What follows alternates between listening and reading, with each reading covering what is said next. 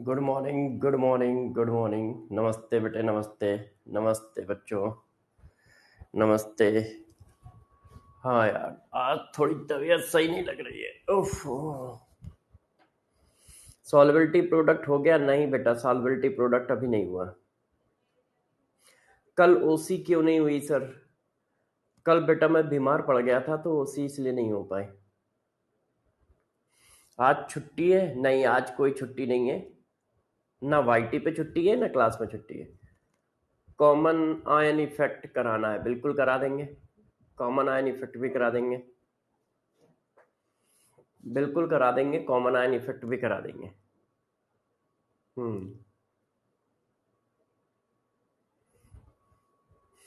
Book की update? बेटा book का अपडेट तो आप लोगों को मिल ही रहा होगा। अब बुक सबके यहाँ पहुंच रही होगी, है ना? और ट्रैकल भी मिल रहा होगा, तो अब तो दिक्कत नहीं है। आप लोगों को लगातार बुक धीरे धीरे करके आप लोगों को मिल जाएगी। हाँ, टेस्ट का मैं बता देता हूँ। एक्चुअल में टेस्ट में थोड़ा सा जो नोटिस मिला है, जो आपको नोटिस मिला है उसमें सिलेबस गलत लिखा है। जो आपको नोटिस मिला है उसमें सिलेबस गलत लिखा है। सिलेबस जो है वो क्या क्या है? जो 7 सितंबर को टेस्ट होगा, ठीक है, संडे को,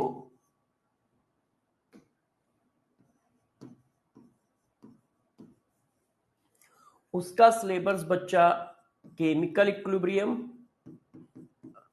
केमिकल इक्विलिब्रियम एंड थर्मोडायनेमिक्स है। थर्मोडायनेमिक्स है, केमिकल इक्विलिब्रियम एंड थर्मोडायनेमिक्स है। ये सिलेबस है टेस्ट का। उसमें सिर्फ केमिकल इक्विलिब्रियम लिखा है, थर्मोडायनेमिक्स नहीं लिखा है। ठीक है, तो वो चेंज करा दिया जाएगा, वो चेंज करा दिया जाएगा। मगर आप preparation chemical equilibrium and thermodynamics की रखिए। आप प्रिपरेशन किसकी रखिए? केमिकल इक्विलिब्रियम एंड थर्मोडायनेमिक्स की। ये टेस्ट का सिलेबस है। ये क्या है? टेस्ट का सिलेबस। टेस्ट का सिलेबस ये है, ठीक है ना? Chemical equilibrium and thermodynamics. इतनी बात समझ में आई सबको? यस।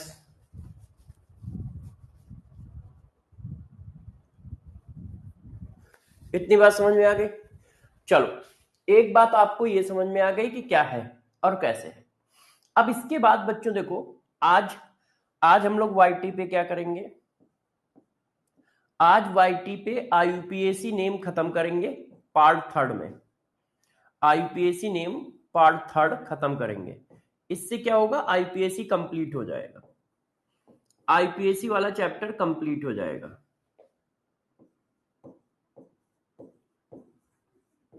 फिर नए चैप्टर को हम लोग करेंगे वाईटी पे। वाईटी मतलब यूट्यूब पे 5 बजे लाइव, 5 बजे लाइव। ठीक है? हाँ, ये तो हो गई क्लासेस की बात और टेस्ट की बात। ठीक है, क्लासेस और टेस्ट की बात। अब आ जाओ, आज हम लोग क्या करेंगे? आज हम लोग बफर सोल्यूशन को खत्म करेंगे, सॉल्वेबिलिटी प्रोडक्ट पढ़ाएंगे और कॉमन आयन इफेक्ट पढ़ाएंगे। और क्या पढ़ाएंगे? Common ion effect. Common ion effect रह गया है ना? कॉमन आयन इफेक्ट रह गया है, उसको भी पढ़ाएंगे। कॉमन आयन इफेक्ट, ठीक है?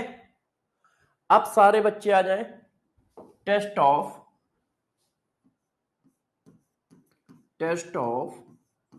Last lecture. लास्ट लेक्चर में जो तुमने किया है उसके टेस्ट पे।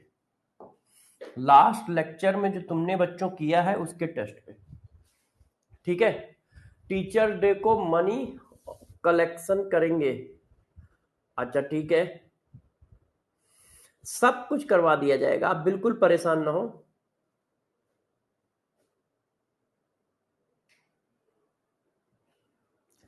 लिथियम हाइड्रोक्साइड अप्रोक्सीमेट 100% हम आयोनाइज करा देते हैं, मगर वो वीक बेस है, वो 100% आयोनाइज होता नहीं है ना?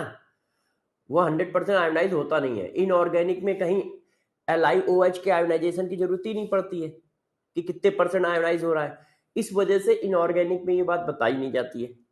वो 100% आयोनाइज नहीं होगा। लिथियम हाइड्रोक्साइड वीक बेस होता है, ठीक है। ओसी का भी तो CSD देते हैं, उसमें बड़े बड़े रूल है। अभी ओसी के भी CSD देंगे। हाँ, ओसी के भी CSD देंगे। 26 को ऑर्डर किया था, अभी तक आई नहीं है बुक। बेटा आदर्श तिवारी, आपके पास ट्रैकर होगा, ट्रैकर देखिए। यदि आपके पास ट्रैकर नहीं है, कोई दिक्कत आ रही है, तो आप फिर हम लोगों को, ठीक है, टेलीग्राम पे, व्हाट्सएप पे, इंस्टाग्राम पे मैसेज कर दो, डिटेल डाल दो, तो हम लोग वो उनको दे देंगे और पूछ लेंगे, है ना। वो हम लोग उनको दे देंगे और पूछ लेंगे, ठीक है। वो हम लोग उनको दे देंगे और पूछ लेंगे। हाँ हाँ, चलो अब आ जाओ। अब आप लोग टेस्ट का क्वेश्चन करो। TSD नंबर 1, सब लोग आंसर बताओ। TSD नंबर 1, सब लोग आंसर बताओ। थर्मोकेमिस्ट्री भी आ रहा है, बिल्कुल। थर्मोडायनेमिक्स एंड थर्मोकेमिस्ट्री पूरा चैप्टर है, पूरा चैप्टर है। थर्मोडायनेमिक्स एंड थर्मोकेमिस्ट्री पूरा चैप्टर आ रहा है टेस्ट में।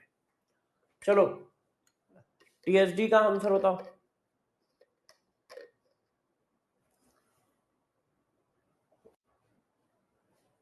हाँ,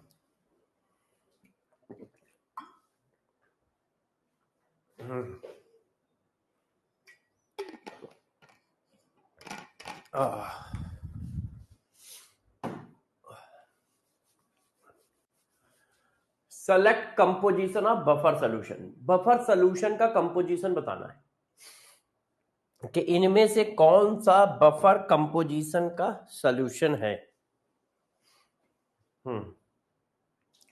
H2SO4 plus sodium sulphate, NaHCO3 plus H2CO3, NaOH plus HCl, benzoic acid plus sodium acetate. सारे बच्चे जल्दी जल्दी आंसर दें। तो जरा गौर से देखो बच्चों, आप सबको पता है कि ये स्ट्रॉन्ग एसिड है। बफर कंपोजिशन हमेशा वीक एसिड का है। वीक एसिड उसका कॉन्जुगेट साल्ट, वीक बेस उसका conjugate salt, weak acid weak base. तो ये तो गलत हो गया। अब देखो, जितने भी कार्बन के एसिड है वो सब वीक एसिड है। ये कार्बोनिक एसिड है, वीक एसिड है, और ये उसका कॉन्जुगेट आयन लिखा है। एक प्रोटॉन हटाओगे तो कॉन्जुगेट आयन आएगा।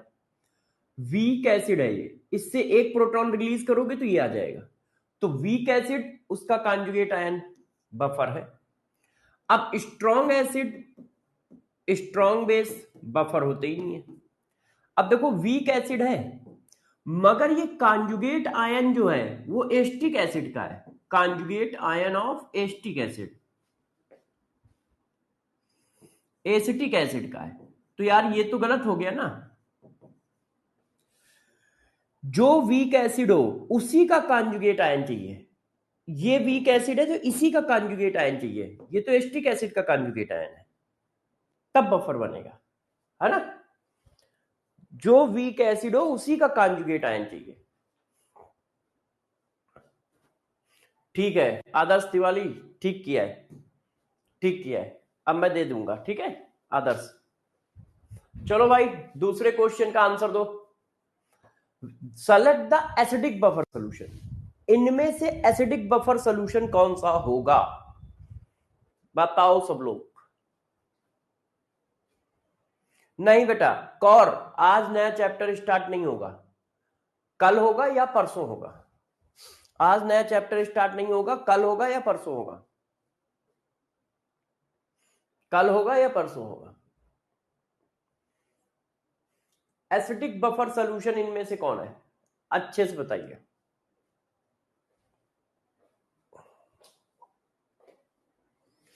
एसिडिक बफर सोल्यूशन इनमें से कौन है।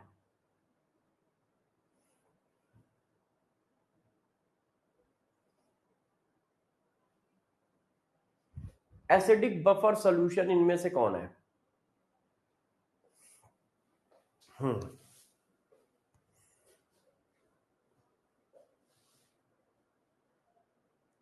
हम्म हम्म। विपिन कह रहा है सी फॉर बोट चोर, लगता है बिहार में पाए जात हो, तब वहीं कह रहे हो हैं काय विपिन, कहाँ पाए जात हो?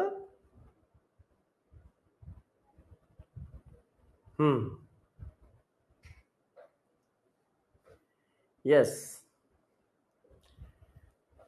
चलो चलो भाई, देखो एस्टिक एसिड और NaOH मिलके जो सॉल्ट बनाएंगे वो कैसा सॉल्ट होगा?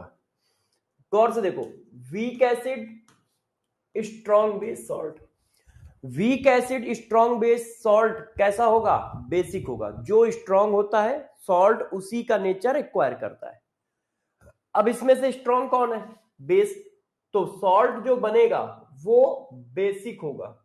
क्यों? क्योंकि वो बेस का नेचर एक्वायर करेगा, क्योंकि स्ट्रॉन्ग कौन है? बेस है। HCl और NaOH strong acid strong base, strong acid strong base equal amount में है तो ये तो न्यूट्रल होगा। स्ट्रॉन्ग एसिड स्ट्रॉन्ग बेस तो न्यूट्रल होते हैं।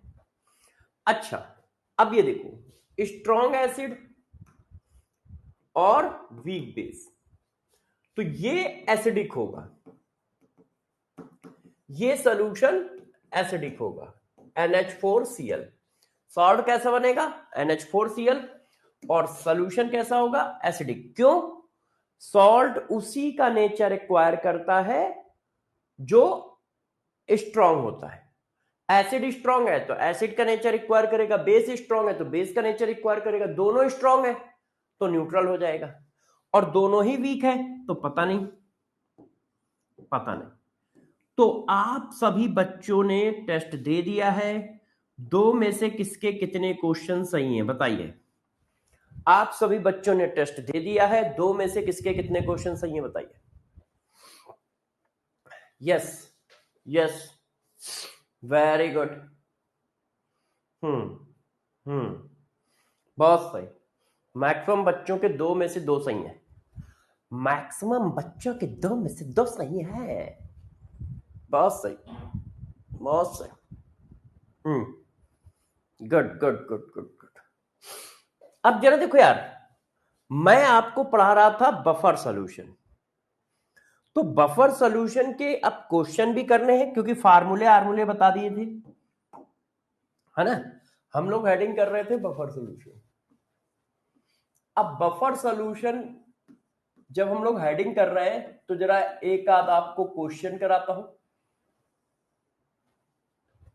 ठीक है? और डिटेल बताता हूं। तो क्वेश्चन से स्टार्ट करते हैं। देखिए हमारा क्वेश्चन ये है, पढ़ो। मैंने आपको क्वेश्चन पूछा, ठीक है, 0.3 molar acetic acid and 0.6 molar sodium acetate solution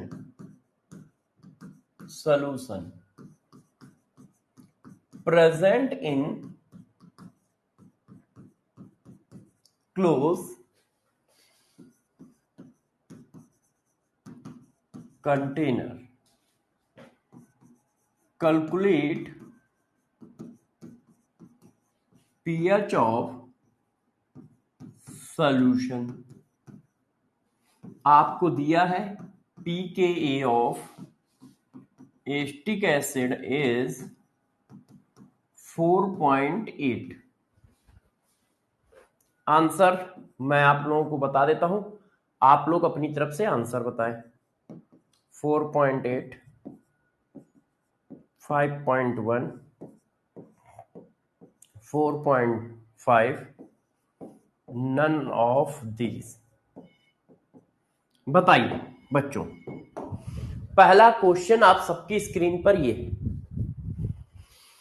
0.3 molar acetic acid and 0.6 molar sodium acetate solution present in a closed container. Calculate pH of solution. आपको सॉल्यूशन का पीएच बताना है। अब ये जो मिक्सचर है ये किसका है आप चेक करो, ये वीक एसिड है और ये उसके कॉन्जुगेट आयन का सॉल्ट है। तो वीक एसिड और उसके कॉन्जुगेट आयन का सॉल्ट है, तो ये तो बफर है भाई। वीक एसिड और उसके कॉन्जुगेट आयन का सॉल्ट है, ये तो एसिडिक बफर है। एसिडिक बफर है तो उसका पीएच लगा दो, pH equal to pKa plus log salt upon acid. अब पीकेए, पीकेए किसका होता है, वीक एसिड का, डायरेक्ट दिया है। सॉल्ट का कंसंट्रेशन आपको डायरेक्ट दिया है, एसिड का कंसंट्रेशन आपको डायरेक्ट दिया है। तो ये जब डिवाइड किया तो log 2 बन गया। log 2 की वैल्यू कितनी होती है 0.3। तो मुन्ना कितना हो गया 5.1। मुन्ना कितना हो गया 5.1। यस हो गया कि नहीं। अरे बेटा कितनी बार बताया है कि थर्मोडायनेमिक्स और थर्मोकेमिस्ट्री केमिकल इक्विलिब्रियम सब टेस्ट में आ रहे हैं, संडे वाले सब आ रहे हैं संडे को टेस्ट को। तो कितना हो गया बच्चों 5.1 हो गया है। अब जरा देखो, आप क्वेश्चन को थोड़ा सा घुमाया जाएगा। अब देखो जरा क्वेश्चन को थोड़ा सा घुमाया जाएगा। अब आप क्वेश्चन देखिए, अब सारे बच्चे गौर से इस क्वेश्चन को समझें और बताएं कि हां सर आंसर क्या है। गौर से देखिए और सभी बच्चे आंसर दीजिएगा, ठीक है। Calculate pH of mixture of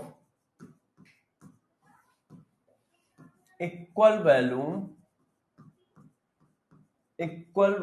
of 0.1 ml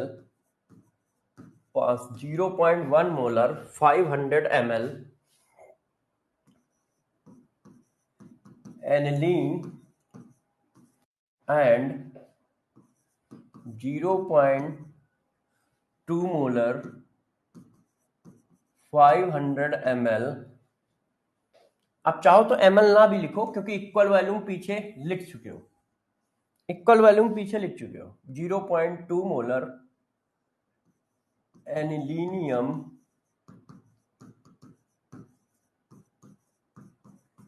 chloride solution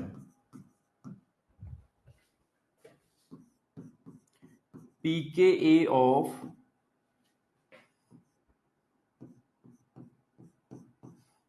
aniline ion is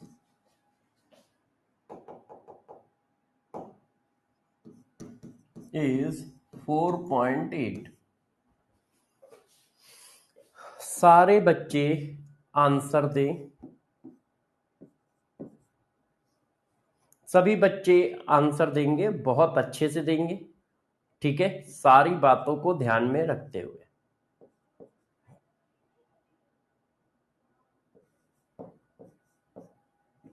बताओ आंसर क्या आएगा। सिंपल सा क्वेश्चन है, बताइए। आपको कहा गया है calculate pH of mixture of equal volume of 0.1 m aniline and 0.2 m anilinium chloride solution। Anilinium chloride solution बताओ। हाँ, जो क्वेश्चन में दिया गया है सारी इंफॉर्मेशन करेक्ट दी गई है। आप सबको बता देता हूं, सारी इंफॉर्मेशन करेक्ट दी गई है, बस क्वेश्चन आपको करना है। तो जरा देखो बच्चों, हमने देखा कि ये एनिलीन है, एनिलीन ऑर्गेनिक बेस है, और फिर एनिलीनियम क्लोराइड लिखा है। एनिलीनियम क्लोराइड इसका कॉन्जुगेट आयन का सॉल्ट हुआ। इसका कॉन्जुगेट आयन कैसे बनेगा? इसको प्रोटॉन दोगे तो ये बन गया। अब सॉल्ट बनाने के लिए Cl लग गया, तो ये एनिलीनियम क्लोराइड है।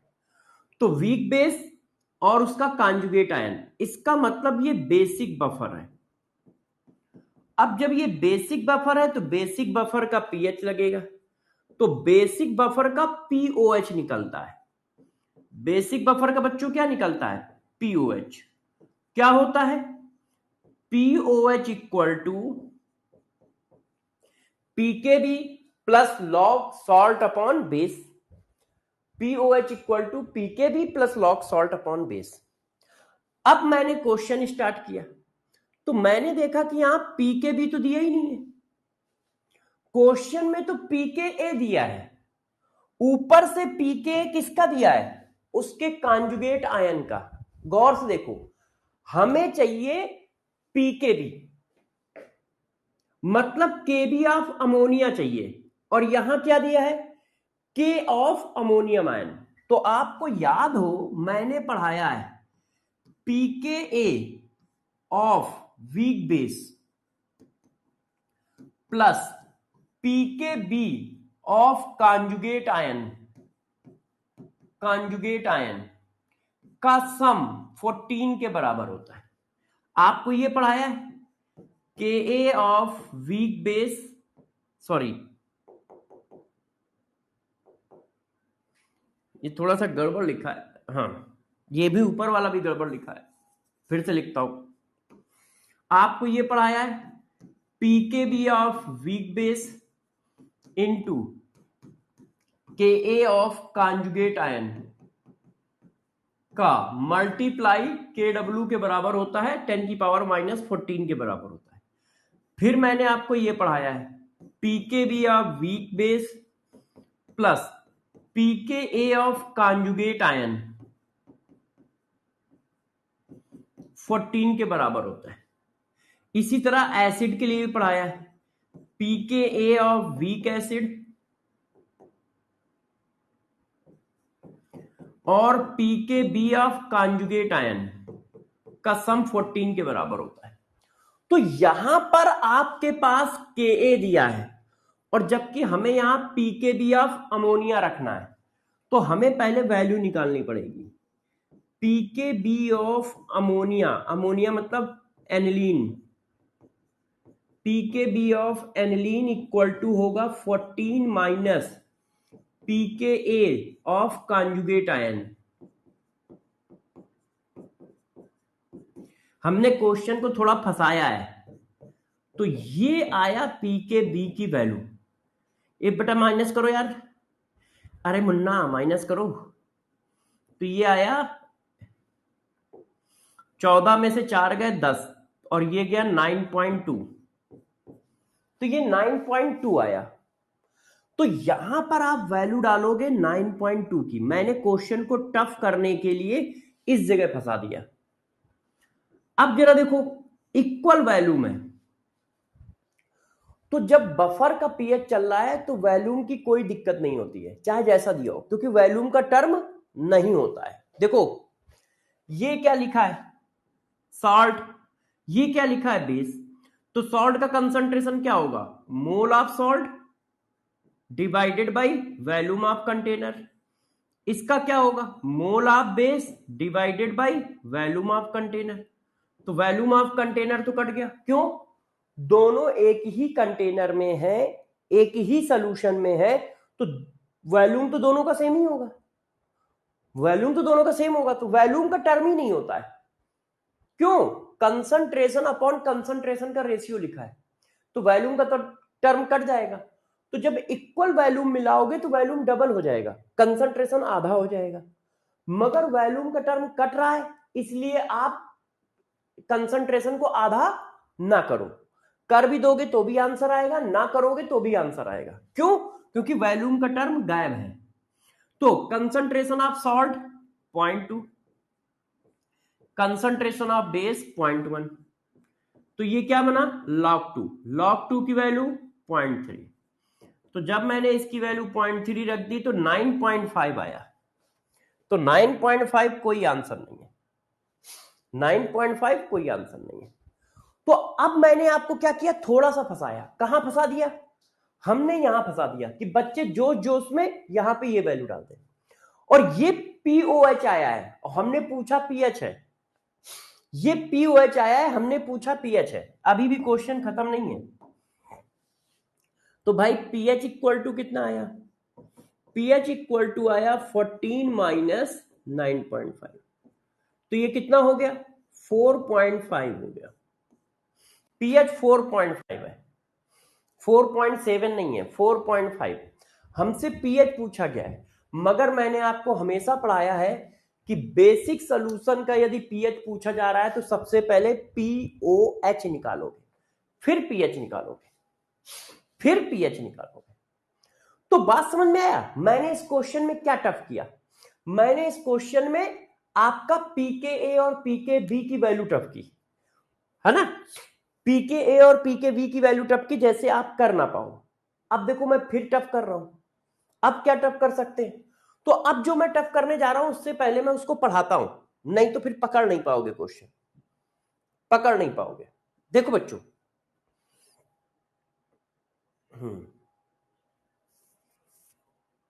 चलो अब मैं पहले पढ़ाता हूं, देखो तब आप पकड़ पाओगे। नोट,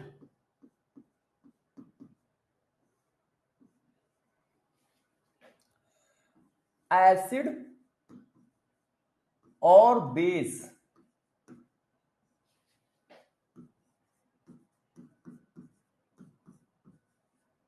मिलाने पर भी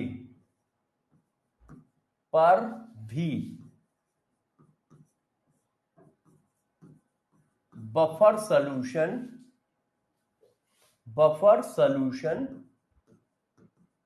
बनता है।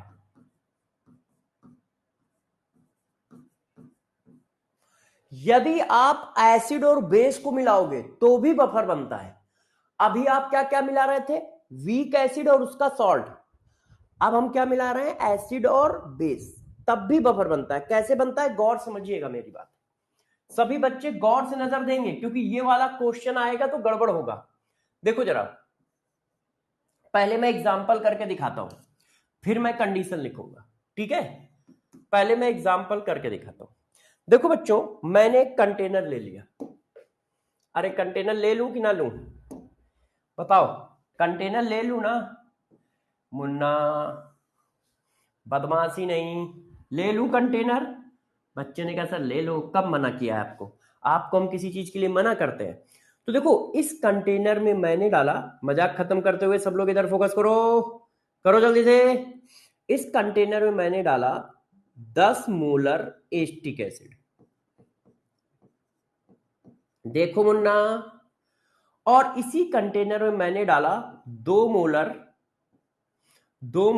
NaOH। मैंने पूछा क्या ये सॉल्यूशन बफर है।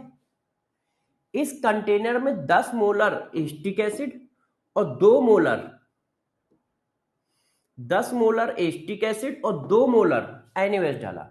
मैंने पूछा क्या ये सॉल्यूशन बफर है, तो बच्चों ने कहा कि सर आपने पढ़ाया था वीक एसिड और उसके कॉन्जुगेट आयन का सॉल्ट बफर होता है। वीक एसिड मगर उसके कॉन्जुगेट आयन का सॉल्ट नहीं पढ़ा है, तो ये बफर नहीं है। मगर जरा रियलिटी में चेक करो क्या हुआ है।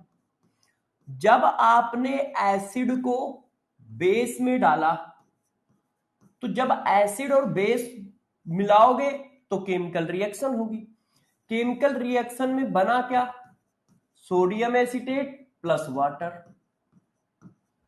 इसके कितने हैं 10, इसके कितने हैं 2, ये 0 0 T इक्वल टू 0 पर एसिड और बेस जब रिएक्शन करेंगे तो क्या होगा, 1:1 की रिएक्शन है। जितना NaOH खर्च होगा उतना एसिड खर्च होगा। NaOH क्या है, LR है, लिमिटिंग रेजेंट। चेक करो ये 2 है, 2 में से 2 खर्च हो गया 0। जब इसके 2 खर्च हुए तो इसके भी 2 खर्च हुए। जब इसके 2 खर्च हो गए तो इसके कितने बचे 8। भाई 2 ये खर्च होगा तो 2 ये खर्च होगा, सेम रेशियो है। तो 2 खर्च हो गए 0 बचे, इसके 2 खर्च हो गए 8 बचे। क्यों? क्योंकि ये लिमिटिंग रेजेंट है और ये एक्सेस है, ये ज्यादा पड़ा है। चेक करो। अच्छा, जब इसके 2 खर्च होंगे तो इसके कितने बनेंगे 2 बनेंगे। जब इसके 2 खर्च होंगे तो इसके कितने बनेंगे 2 बनेंगे। ठीक है, आफ्टर t सेकेंड। अब जरा देखो, आपने कहा ये सॉल्यूशन बफर है या नहीं। तो जब ये सॉल्यूशन कह रहे हो तो सॉल्यूशन में जरा देखो क्या बचा है मुन्ना। मुन्ना ये देखो जरा सॉल्यूशन में क्या क्या बचा है। ये बचा है, ये तो 0 है, और ये बचा है वाटर बचा है। वाटर तो हमेशा ही रहता है, पहले से ही पड़ा है। तो सॉल्यूशन में है क्या क्या जरा चेक करें। सभी प्यारे बच्चे चेक करें। आपके पास सॉल्यूशन में पड़ा है एस्टिक एसिड, और क्या पड़ा है उसके कॉन्जुगेट आयन का साल्ट। एस्टिक एसिड कितना पड़ा है 8 मोलर, कॉन्जुगेट आयन का सॉल्ट कितना पड़ा है 2 मोलर। तो मुन्ना मुन्ना बताओ भाई, क्या ये बफर सॉल्यूशन का मिक्सचर है? चेक करो, ये बफर की कंडीशन है या नहीं, है या नहीं। तो ये आंखों का धोखा है, ये मैजिक है, ये जादू है ना। जैसे लोग बाहर दिखाते रहते हैं कि आंखें कुछ देखती हैं मगर हो कुछ रहा होता है। तो आंखें आपकी, जो आपकी प्यारी प्यारी आंखें हैं, वो देख रही हैं कि ये वीक एसिड स्ट्रॉन्ग बेस है, मगर ये आंखों का धोखा है। तुम्हें अपनी मन की आंखों से देखना होगा कि यार ये जो है बफर है, क्यों स्ट्रॉन्ग बेस और वीक एसिड का सॉल्यूशन बफर भी हो सकता है। ये देखो, क्या ये बात मेरी समझ पा रहे हो कि एसिड और बेस का मिक्सचर बफर कैसे है? क्योंकि तुमने एसिड जरूरत से ज्यादा डाला है तो बफर है। ये देखो, लास्ट में हमारे पास जो बच रहा है वो क्या है, बफर कंपोजिशन बच रहा है। एस्टिक एसिड बच रहा है और उसके कॉन्जुगेट आयन का सॉल्ट बच रहा है। तो क्या ये बफर है?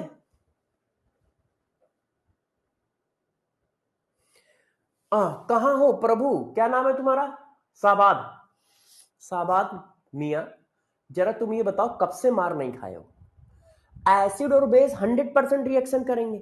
अब जब बेस कम है तो जितना है उतना रिएक्शन करेगा। हम ये थोड़ी कह रहे हैं कि 2 मोलर कितना रिएक्शन करेगा। हमने अपनी तरफ से 2 लिया है ना क्वेश्चन में। क्वेश्चन में मैंने 2 लिया है और इसके 10 लिए हैं। तो जितना बेस है सबका सब रिएक्शन करेगा, और जितना एसिड है वो भी रिएक्शन करेगा। मगर बेस तुमने कम डाला था, तो जब बेस खत्म हो जाएगा तो रिएक्शन कैसे चलेगी यार? बात समझ पा रहे हो बेटे? बेटे बात समझ पा रहे हो? भाई एसिड और बेस 100% रिएक्शन करते हैं। अब बेस हमने कम डाला है तो बेस खत्म होकर 0 हो जाएगा। एसिड भी उतना ही खर्च हो रहा है जितना बेस खर्च हो रहा है। 2 मोलर ये खर्च हो रहा है, 2 मोलर ये खर्च हो रहा है, मगर ये ज्यादा डाल रखा था इसलिए आफ्टर रिएक्शन बच गया ये 0। तो आफ्टर रिएक्शन क्या बचा? एसिड बचा, और क्या बचा? उसका सॉल्ट बचा। और एसिड, वीक एसिड और उसके सॉल्ट को हम क्या कहते हैं? बफर कहते हैं। तो इस वजह से ये बफर कंपोजिशन हो गया। अब आप कैसे पहचानोगे कि यार ये बफर है या नहीं? तो देखो, अब मैं कंडीशन लिख रहा हूं, सारे बच्चे गौर से समझेंगे, फिर सीएचडी भी लिखूंगा। देखो, कंडीशन ऑफ बफर, कि आपको कैसे पता चलेगा कि कोई बफर हो सकता है। तो गौर से देखिएगा, डरिएगा नहीं, डरिएगा नहीं। देखो, यदि आपके पास ये कंपोजिशन है, वीक एसिड कैसा? एक्सेस, वीक एसिड एक्सेस में है, एक्सेस रेजेंट, और स्ट्रॉन्ग बेस लिमिटिंग में है, तो जो सॉल्यूशन बनेगा, सॉल्यूशन है ना, मिक्सचर जो बनेगा वो बफर होगा। और कैसा बफर होगा? एसिडिक बफर होगा।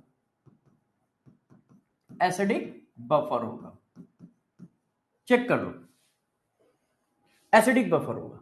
अच्छा एक केस, अभी केस का ही है, केस का ही है, क्यों, ये लिमिटिंग है तो ये खत्म हो जाएगा, ये बचेगा और इसका करस्पॉन्डिंग साल्ट बचेगा। अच्छा केस नंबर 2, यदि वीक बेस, गौर सुनो, यदि कहीं पर वीक बेस एक्सेस में हो और स्ट्रॉन्ग एसिड लिमिटिंग में हो तो भी बफर बनेगा, मगर ये बेसिक बफर बनेगा क्योंकि बेस ज्यादा है। ये कैसा बनेगा, बेसिक बफर बनेगा। ये कैसा बनेगा, बेसिक बफर बनेगा। केस नंबर 3, यदि वीक एसिड और वीक बेस मिलाओ, तो मैंने अभी पीछे ही पढ़ाया था कि weak acid weak base buffer होते हैं, है ना। अब ये बफर कैसा होगा पता नहीं, ये तो बफर कंपोजिशन है, मगर ये एसिडिक भी हो सकता है, बेसिक भी हो सकता है। ये तो मैं पीछे पढ़ा के आया हूं कि वीक एसिड वीक बेस के सोल्यूशन को बफर कहते हैं। ये देखो, तो आपको देखना है कि ये एक्सेस में होना चाहिए, वीक एसिड एक्सेस में है और स्ट्रॉन्ग बेस लिमिटिंग में है तो बफर है, वीक बेस एक्सेस में है, स्ट्रॉन्ग एसिड लिमिटिंग में है तो बफर है। क्या ये बात पकड़ पा रहे हो? अच्छा अभी भी यहां केस है, अभी भी यहां टफ है। कैसे, यदि ये एसिडिक बफर है तो एसिडिक बफर का पीएच निकालोगे, pH equal to pKa plus log salt का कंसंट्रेशन क्या आएगा, देखो जरा आप चेक करो, डरना नहीं, बस सॉल्ट का कंसंट्रेशन क्या आ रहा है चेक करो, जो लिमिटिंग रिएजेंट का कंसंट्रेशन है चेक करिए, उसी के रिस्पेक्ट में आ रहा है ना, देखो, क्योंकि लिमिटिंग रिएजेंट पूरा खत्म होगा और रिएक्शन 1:1 की है, तो कंसंट्रेशन ऑफ सॉल्ट क्वेश्चन में दिया नहीं है, आपको बार बार निकालना पड़ेगा। क्यों, आपने कंसंट्रेशन किसका दिया, वीक एसिड का, और किसका दिया, स्ट्रॉन्ग बेस का, तो यहां सॉल्ट का कंसंट्रेशन कहां है, आपने कंसंट्रेशन किसका दिया, वीक बेस का, और किसका दिया, स्ट्रॉन्ग एसिड का, सॉल्ट का कंसंट्रेशन कहां है, तो सॉल्ट का कंसंट्रेशन आपको निकालना पड़ेगा। और कैसे निकलेगा, लिमिटिंग रेजेंट से। तो ध्यान रखिए, फार्मूला तो हमारा लग जाएगा, मगर आपको सॉल्ट का कंसंट्रेशन निकालना पड़ेगा, और एसिड भी उतना नहीं होगा जितना क्वेश्चन में दिया है, उससे कम होगा। क्यों, क्योंकि कंज्यूम भी तो होगा। अभी मैं क्वेश्चन करके भी दिखाता हूं, अभी मैं एक क्वेश्चन करके भी दिखाता हूं, अभी मैं एक क्वेश्चन करके भी दिखाता हूं। ये देखो, तो पहले आप कॉन्सेप्ट समझे कि नहीं, कि किस कंडीशन पे बफर अभी बन सकता है, एसिड और बेस मिलाने पर भी बफर बन सकता है, कब बन सकता है, कब बन सकता है, ये सिचुएशन। अब इस पर देखो कैसे कैसे क्वेश्चन पूछा जाता है। पहला क्वेश्चन तो ऐसे ही पूछ दिया जाएगा, देखिए, which mixture form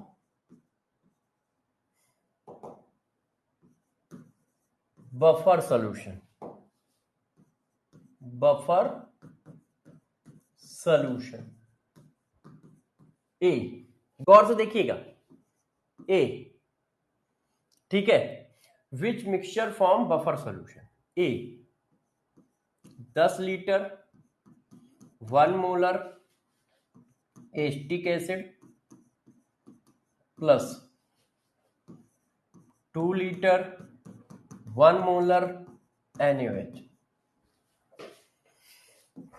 B 10 litre 1 molar HCl 2 litre 1 molar NaOH।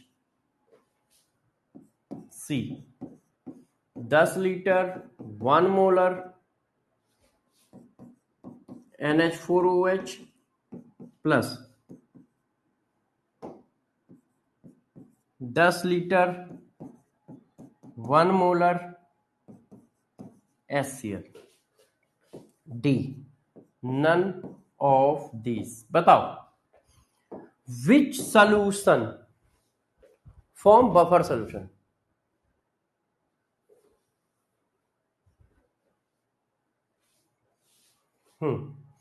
अभी बेटा आपका डाउट क्लियर करता हूं, पहले आप इसको करो। अब देखो बफर कौन फॉर्म करेगा, तो ये हमारा वीक एसिड है। अब वीक एसिड कितना है? 10 मोल। 10 मोल एम इंटू वी किया है। वीक बेस कितना है? 2 मोल। स्ट्रॉन्ग बेस कितना है? 2 मोल। तो वीक एसिड एक्सेस रेजेंट है और स्ट्रॉन्ग बेस लिमिटिंग रेजेंट है। इसका मतलब बफर बनेगा। क्यों? वीक एसिड बचेगा और बनेगा क्या? करस्पॉन्डिंग उसके कॉन्जुगेट आयन का सॉल्ट। तो ये बफर है। वीक एसिड और उसके कॉन्जुगेट आयन का सॉल्ट लास्ट में बचेगा। क्यों बचेगा? क्योंकि मैंने पढ़ाया है weak acid in excess, strong base in limiting is known as buffer solution. ये देखो, weak acid in excess, strong base in limiting known as buffer solution, acidic buffer solution. ये कंपोजिशन एसिडिक बफर है, ये composition basic buffer है। Weak base in excess, strong acid in limiting. अब दूसरा check करो, ये स्ट्रॉन्ग एसिड है, कितने मोल है? 10 मोल है। अब ये भी क्या है? ये 2 मोल है, स्ट्रॉन्ग बेस। तो स्ट्रॉन्ग एसिड और स्ट्रॉन्ग बेस का मिक्सचर बफर बनता ही नहीं है, मैंने ऐसा कहीं लिखाया ही नहीं है। वीक एसिड उसके कॉन्जुगेट आयन का बफर होता है ना, इसमें ये बच तो रहा है। स्ट्रॉन्ग एसिड हमारा एक्सेस में है, मगर हमें स्ट्रॉन्ग एसिड एक्सेस में नहीं चाहिए, वीक एसिड एक्सेस में चाहिए, इसलिए ये गलत है। अब इसको मिलाओ, 10 मोल NH4OH। NH4OH क्या है? Weak base. अब 10 मोल HCl। HCl क्या है? Strong acid. तो वीक बेस और स्ट्रॉन्ग एसिड का सॉल्यूशन बफर हो सकता है? यस, मगर वीक बेस एक्सेस में होना चाहिए, तब हो सकता है। वीक बेस स्ट्रॉन्ग एसिड का सॉल्यूशन बफर हो सकता है, मगर कब? जब ये एक्सेस में हो। कहां एक्सेस में है? देखो मोल बराबर है, नहीं एक्सेस में नहीं है, एक्सेस में नहीं है। बात समझ पा रहे हो? तो अब आपको बता रहा हूं, सारा खेल कंसंट्रेशन का है। वही सॉल्यूशन बफर हो सकता है, वही सॉल्यूशन कुछ और भी हो सकता है। कैसे सर? एक्सेस कैसे पता लगेगा? कैफ बेटा, एक्सेस देखो कैसे पता लगेगा। कैफ इसके कितने मोल है? 10, इसके भी 10, तो एक्सेस का हुआ बराबर है ना। ये ज्यादा होना चाहिए, एक्सेस का मतलब ज्यादा, तो इससे ज्यादा होना चाहिए। तो यदि ये 10 है तो ये 20 होता, 30 होता, 40 होता, 23 होता, 50 होता, 70 होता, तो एक्सेस। इससे ज्यादा होना एक्सेस है। जैसे ये देखो, स्ट्रॉन्ग बेस 2 है, वीक एसिड 10 है, तो इससे ज्यादा है ना, तो एक्सेस है। तो एक क्वेश्चन तो सिंपल सा ये आएगा, और ये सब टफ क्वेश्चन है, ये सब टफ क्वेश्चन है। इनमें बच्चों के दिमाग भी हिलेंगे और गलत भी करेंगे, ठीक है? जरा गौर समझिए। अब एक क्वेश्चन इसका न्यूमेरिकल आ सकता है। न्यूमेरिकल क्वेश्चन कैसे? इसको न्यूमेरिकल के फॉर्म में कन्वर्ट कर दिया ऐसे, calculate pH of mixture of 0.1 molar 100 ml, देखो,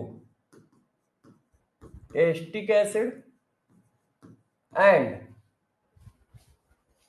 0.1 मोलर, ठीक है, 0.1 molar 10 ml NaOH solution, Ka of acetic acid is 10 की पावर -6. ऑप्शन इज दिस, क्या? 3.7 pH, 4.8 pH, 9.7 pH, none of these. अब देखो हमें कहीं से नहीं लग रहा है कि ये बफर सॉल्यूशन है। देखो मेरी बातें गौर सुनना, ये जो चल रहे हैं टफ केस चल रहे हैं, हमें कहीं से लग रहा है बफर है। क्यों? क्योंकि हमें दिया है वीक एसिड और स्ट्रॉन्ग बेस। तो मैंने तो तुम्हें कहीं ऐसा पढ़ाया ही नहीं है कि वीक एसिड और स्ट्रॉन्ग बेस का मिक्सचर बफर हो सकता है। मैंने तो कहा बफर कौन होते हैं? वीक एसिड उसके कॉन्जुगेट आयन का सॉल्ट, वीक बेस और उसके कॉन्जुगेट आयन का salt, weak acid weak base, ये तीन कंडीशन बफर की बताई है। मगर ये आंखों का धोखा है। जैसे तुम्हें आंखों का धोखा कैसे मिलता है? डीपी देख के, है ना? तुमने डीपी भी देखी, ओह वाह भाई वाह क्या बात है? तो तुम लोगों को आंखों का धोखा कहां मिलता है? डीपी देख के, है कि नहीं? है कि नहीं? मैं आपको बताता हूं, डीपी वाला इंसिडेंट बताता हूं, है ना? हुआ क्या कि एक जगह पे मैं वो देने जा रहा था, मतलब पॉडकास्ट चलता है ना, इंटरव्यू टाइप का था। 2 साल पहले की बात बता रहा हूं। तो जैसे पहले बात होती है चैट पे कि हाँ सर प्लीज थोड़ा सा टाइम निकाल लीजिए, ये वो ब्ला ब्ला ब्ला। तो मैंने कहा ठीक है टाइम निकाल लिया। अब भाई डीपी में सबकी फोटो लगी रहती, मेरी भी लगी रहती, सबकी लगी रहती। अब भाई मैं गया तो मैं पहचान ही नहीं पा रहा हूं कि जिससे मेरी बात हुई है वो इनमें से है कौन सामने जो बैठे हैं। क्यों? क्योंकि डीपी की अलग बात थी, सामने जो बैठे वो उनकी अलग बात है। भाई मैं पहचान नहीं पाया, मैं पहचान ही नहीं पाया कि डीपी वाला पर्सन इनमें से है कौन, डीपी वाला पर्सन इनमें से है कौन। तो डीपी पे मत जाइए, अपनी अकल लगाइए। डीपी बहुत बड़ी बड़ी घटनाएं करती हैं।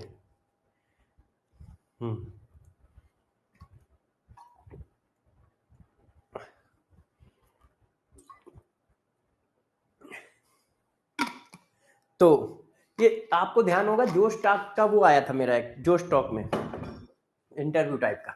तो जोश टॉक में मैं गया था।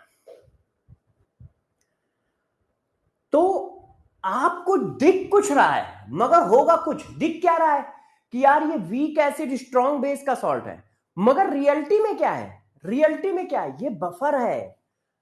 तो डीपी पे मत जाओ, अपनी अकल लगाओ, है ना? नहीं तो फिर कहोगे लो यार सर आपने पहले बताया नहीं। भाई मैं पहले से सारा बात बता दे रहा हूं, फिर रोना धोना मत मचाना। हाँ नहीं पैसे पैसे पता नहीं, वैसे तो मुझे तो ऐसे ही कहा था सर प्लीज एक कर लीजिए। पैसे नहीं देते, पैसे नहीं देते। आप कहोगे तो अगली बार मांग लूंगा, ऐसी बात नहीं है। आप लोग बताओगे तो अगली बार मांग लूंगा। अच्छा चलो आप बात समझ पाए तो जरा सावधानी से करिएगा क्वेश्चन। अब इसका क्वेश्चन करो तो यार एसिड और बेस जब आपस में मिलाए जाएंगे, एसिड और बेस जब आपस में मिलाए जाएंगे तो रिएक्शन जरूर होगी। एसिड और बेस आपस में मिलाए जाएंगे तो रिएक्शन जरूर होगी। तो एसिड और बेस मिलाया और रिएक्शन हुई। अब इसके कितने मोल है? एम इंटू वी करो, 10 मिलीमोल है। एम इंटू वी करो, इसके कितने हैं? 1। अब आप चेक करो, हमें बफर मिल गया। क्यों मिल गया? क्योंकि ये लिमिटिंग है और ये एक्सेस है।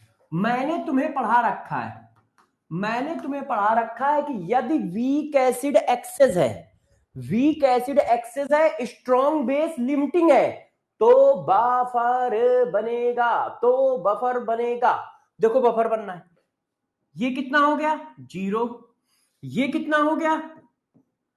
9 मिलीमोल। जब इसका 1 खर्च होगा तो इसका भी 1 खर्च होगा। 1 था खर्च हो गया। ये देखो, अब देखो वही सिचुएशन आ गई।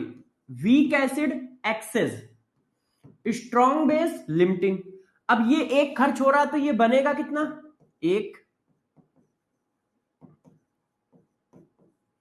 अब आप चेक करो सॉल्यूशन में बच क्या रहा है आफ्टर रिएक्शन।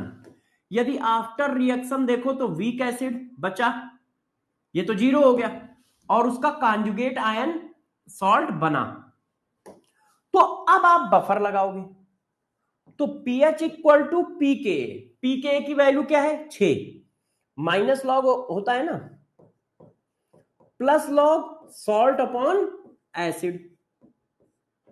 अब वैल्यू डालो सबकी, pKa कितना है 6 आ गया, अरे भाई माइनस लॉग Ka pKa होता है, तो ये 6 आगे आ जाएगा, लॉग 10 की वैल्यू 1, तो pKa की वैल्यू 6 आ गई। अच्छा लॉग, अब देखो सॉल्ट का कंसंट्रेशन कितना है 1 और एसिड का कंसंट्रेशन कितना है 9, चेक कर लो।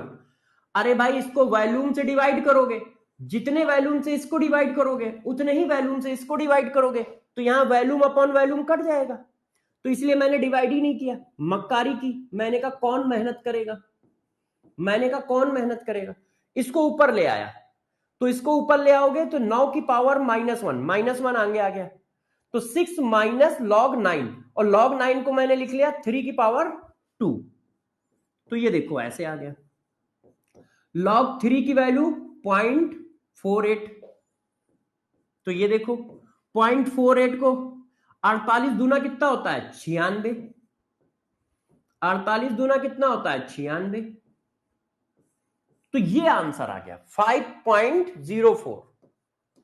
48 दूना कितना होता है 96, 5.04। क्या ये बात समझ पाए, क्या ये बात समझ पाए?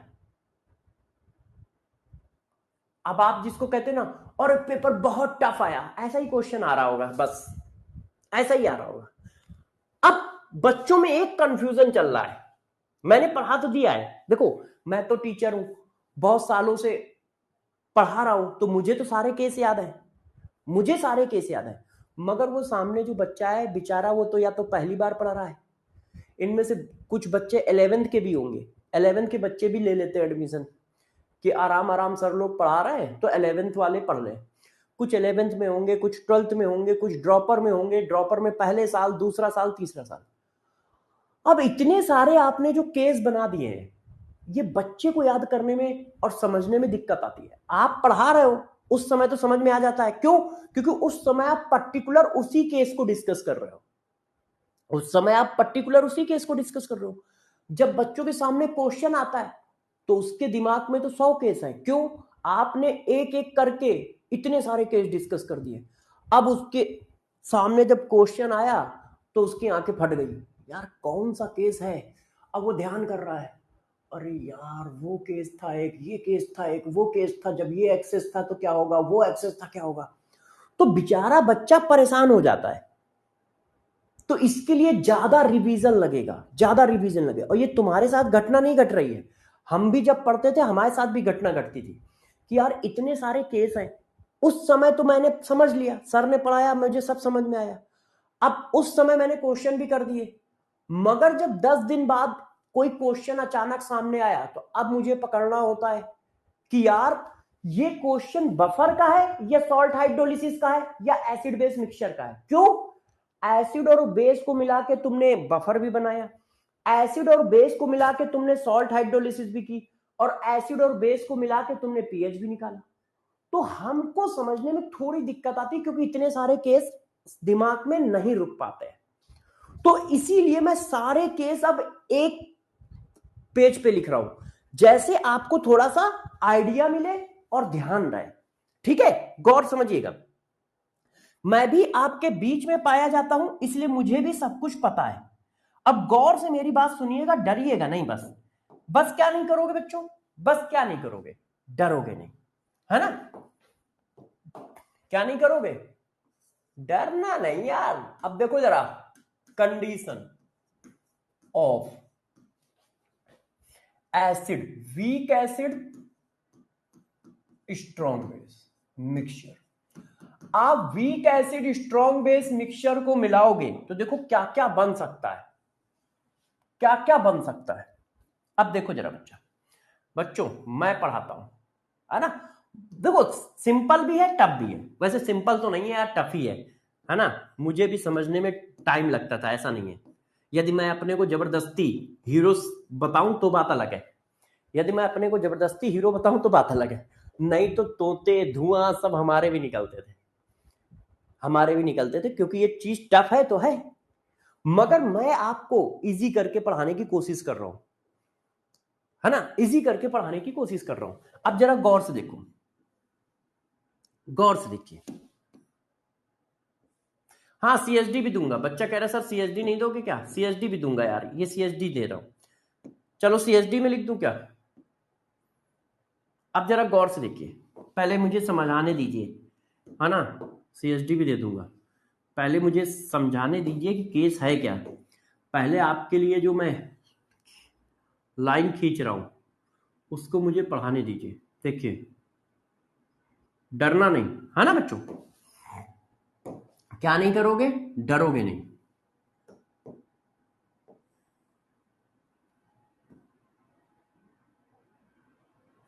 अब जरा देखो, हर एक में 2 केस होंगे,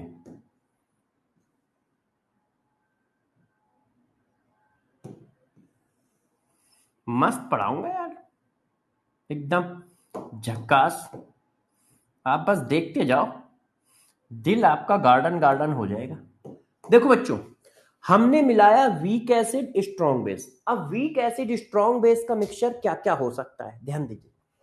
वीक एसिड स्ट्रॉन्ग बेस मिलाया गया, ठीक है, ध्यान देते रहिएगा।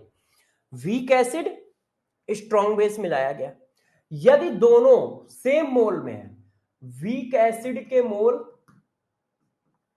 कंसंट्रेशन और स्ट्रॉन्ग बेस के कंसंट्रेशन सेम है, ये देखो सेम अमाउंट है, तो बच्चों ये बनेगा जाके सॉल्ट हाइड्रोलिसिस का केस। क्यों? क्योंकि वीक एसिड बचा ही नहीं,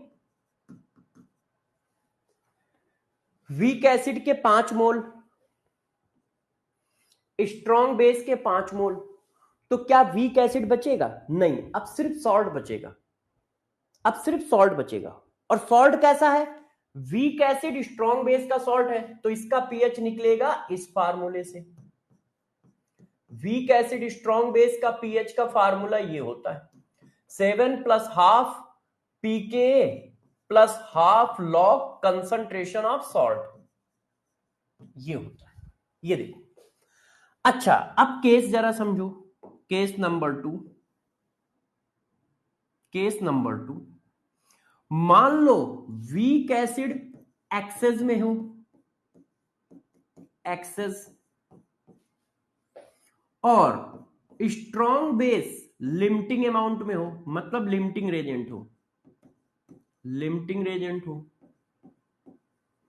तो ऐसे केस में ये बनता है बफर सॉल्यूशन। अभी यही करा रहा था, ऐसे केस में ये बनता है बफर सॉल्यूशन। क्यों? क्योंकि वीक एसिड एक्सेस में है तो वीक एसिड बच जाएगा, और जब रिएक्शन होगी तो कॉन्जुगेट सॉल्ट बन जाएगा।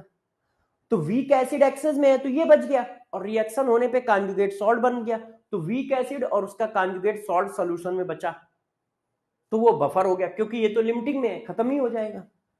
अब बफर कैसे हुआ? एक्सेस कौन है? वीक एसिड, तो वीक एसिड एक्सेस है तो एसिडिक बफर हुआ, और एसिडिक बफर हुआ तो एसिडिक बफर का फार्मूला लग गया। देखो वही मिक्सचर है, वही मिक्सचर सॉल्ट भी है, वही मिक्सचर बफर भी है, और वही मिक्सचर बेस भी है। अब आपकी आंखें खुली की खुली रह जाएंगी कि भाई ये जो आयनिक इक्विलिब्रियम है ना, ये छोटी मोटी चीज नहीं है, ये भाई धुआं निकालने वाली चीज है। जरा सा चूके नहीं कि दुर्घटना घटी नहीं, जरा सा चूके नहीं कि दुर्घटना घटी नहीं, हवा ही नहीं लगेगा कि क्वेश्चन में चला क्या है, मतलब हवा ही नहीं लगेगा। इसलिए ध्यान रखना, डाटा पर विशेष ध्यान देना, डाटा पर विशेष ध्यान देना कि किसका वैल्यू ज्यादा दिया है, किसका कम दिया है। देखो यदि दोनों की वैल्यू सेम है तो सॉल्ट हाइड्रोलिसिस का केस, दोनों में बेस ज्यादा है, एसिड ज्यादा है, बेस कम है, तो बफर। अब देखो यदि मान लो कहीं पर वीक एसिड लिमिटिंग हो, वीक एसिड क्या है? लिमिटिंग रेजेंट है, और स्ट्रॉन्ग बेस क्या है? एक्सेस रेजेंट है, एक्सेस रेजेंट। तो क्या केस बनेगा? तो बच्चों ये नॉर्मल बेसिक सॉल्यूशन है, क्यों? बेस ज्यादा है, स्ट्रॉन्ग बेस ज्यादा है। नॉर्मल बेसिक सोल्यूशन है, बेसिक सोल्यूशन है। और इसका पीएच कैसे निकलेगा? पहले आप निकालोगे पीओएच इस फार्मूले से, पहले आप निकालोगे पीओएच इस फार्मूले से, और फिर निकालोगे पीएच।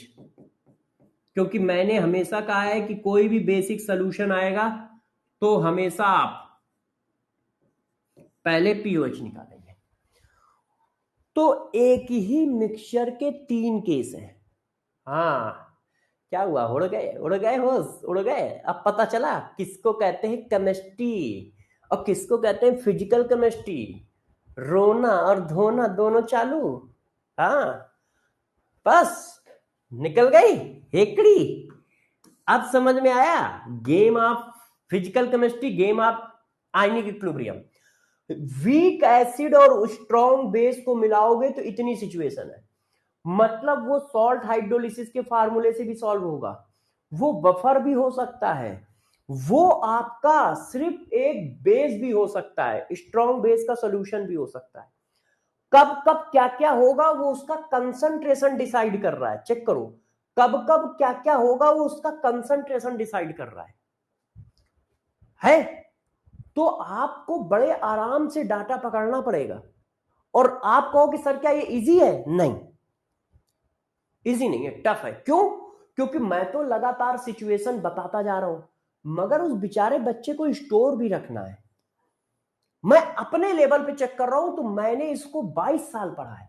2-3 साल तो मैंने खुद पढ़ा भाई, मैं 11th में रहा खुद पढ़ा, 12th में रहा खुद पढ़ा, फिर मैंने पढ़ाई की तब पढ़ा, और फिर मैंने 20-21 साल तो मुझे पढ़ाते हो गए।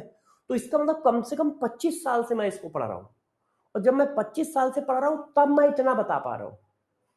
तो वो बेचारा बच्चा तो 1 साल पढ़ रहा है, या दूसरी साल का है, या तीसरी साल का है, चौथी साल का है, तो उसके लिए तो टफ है। और इतनी चीजें ध्यान रखना थोड़ा टफ काम है, टफ काम है।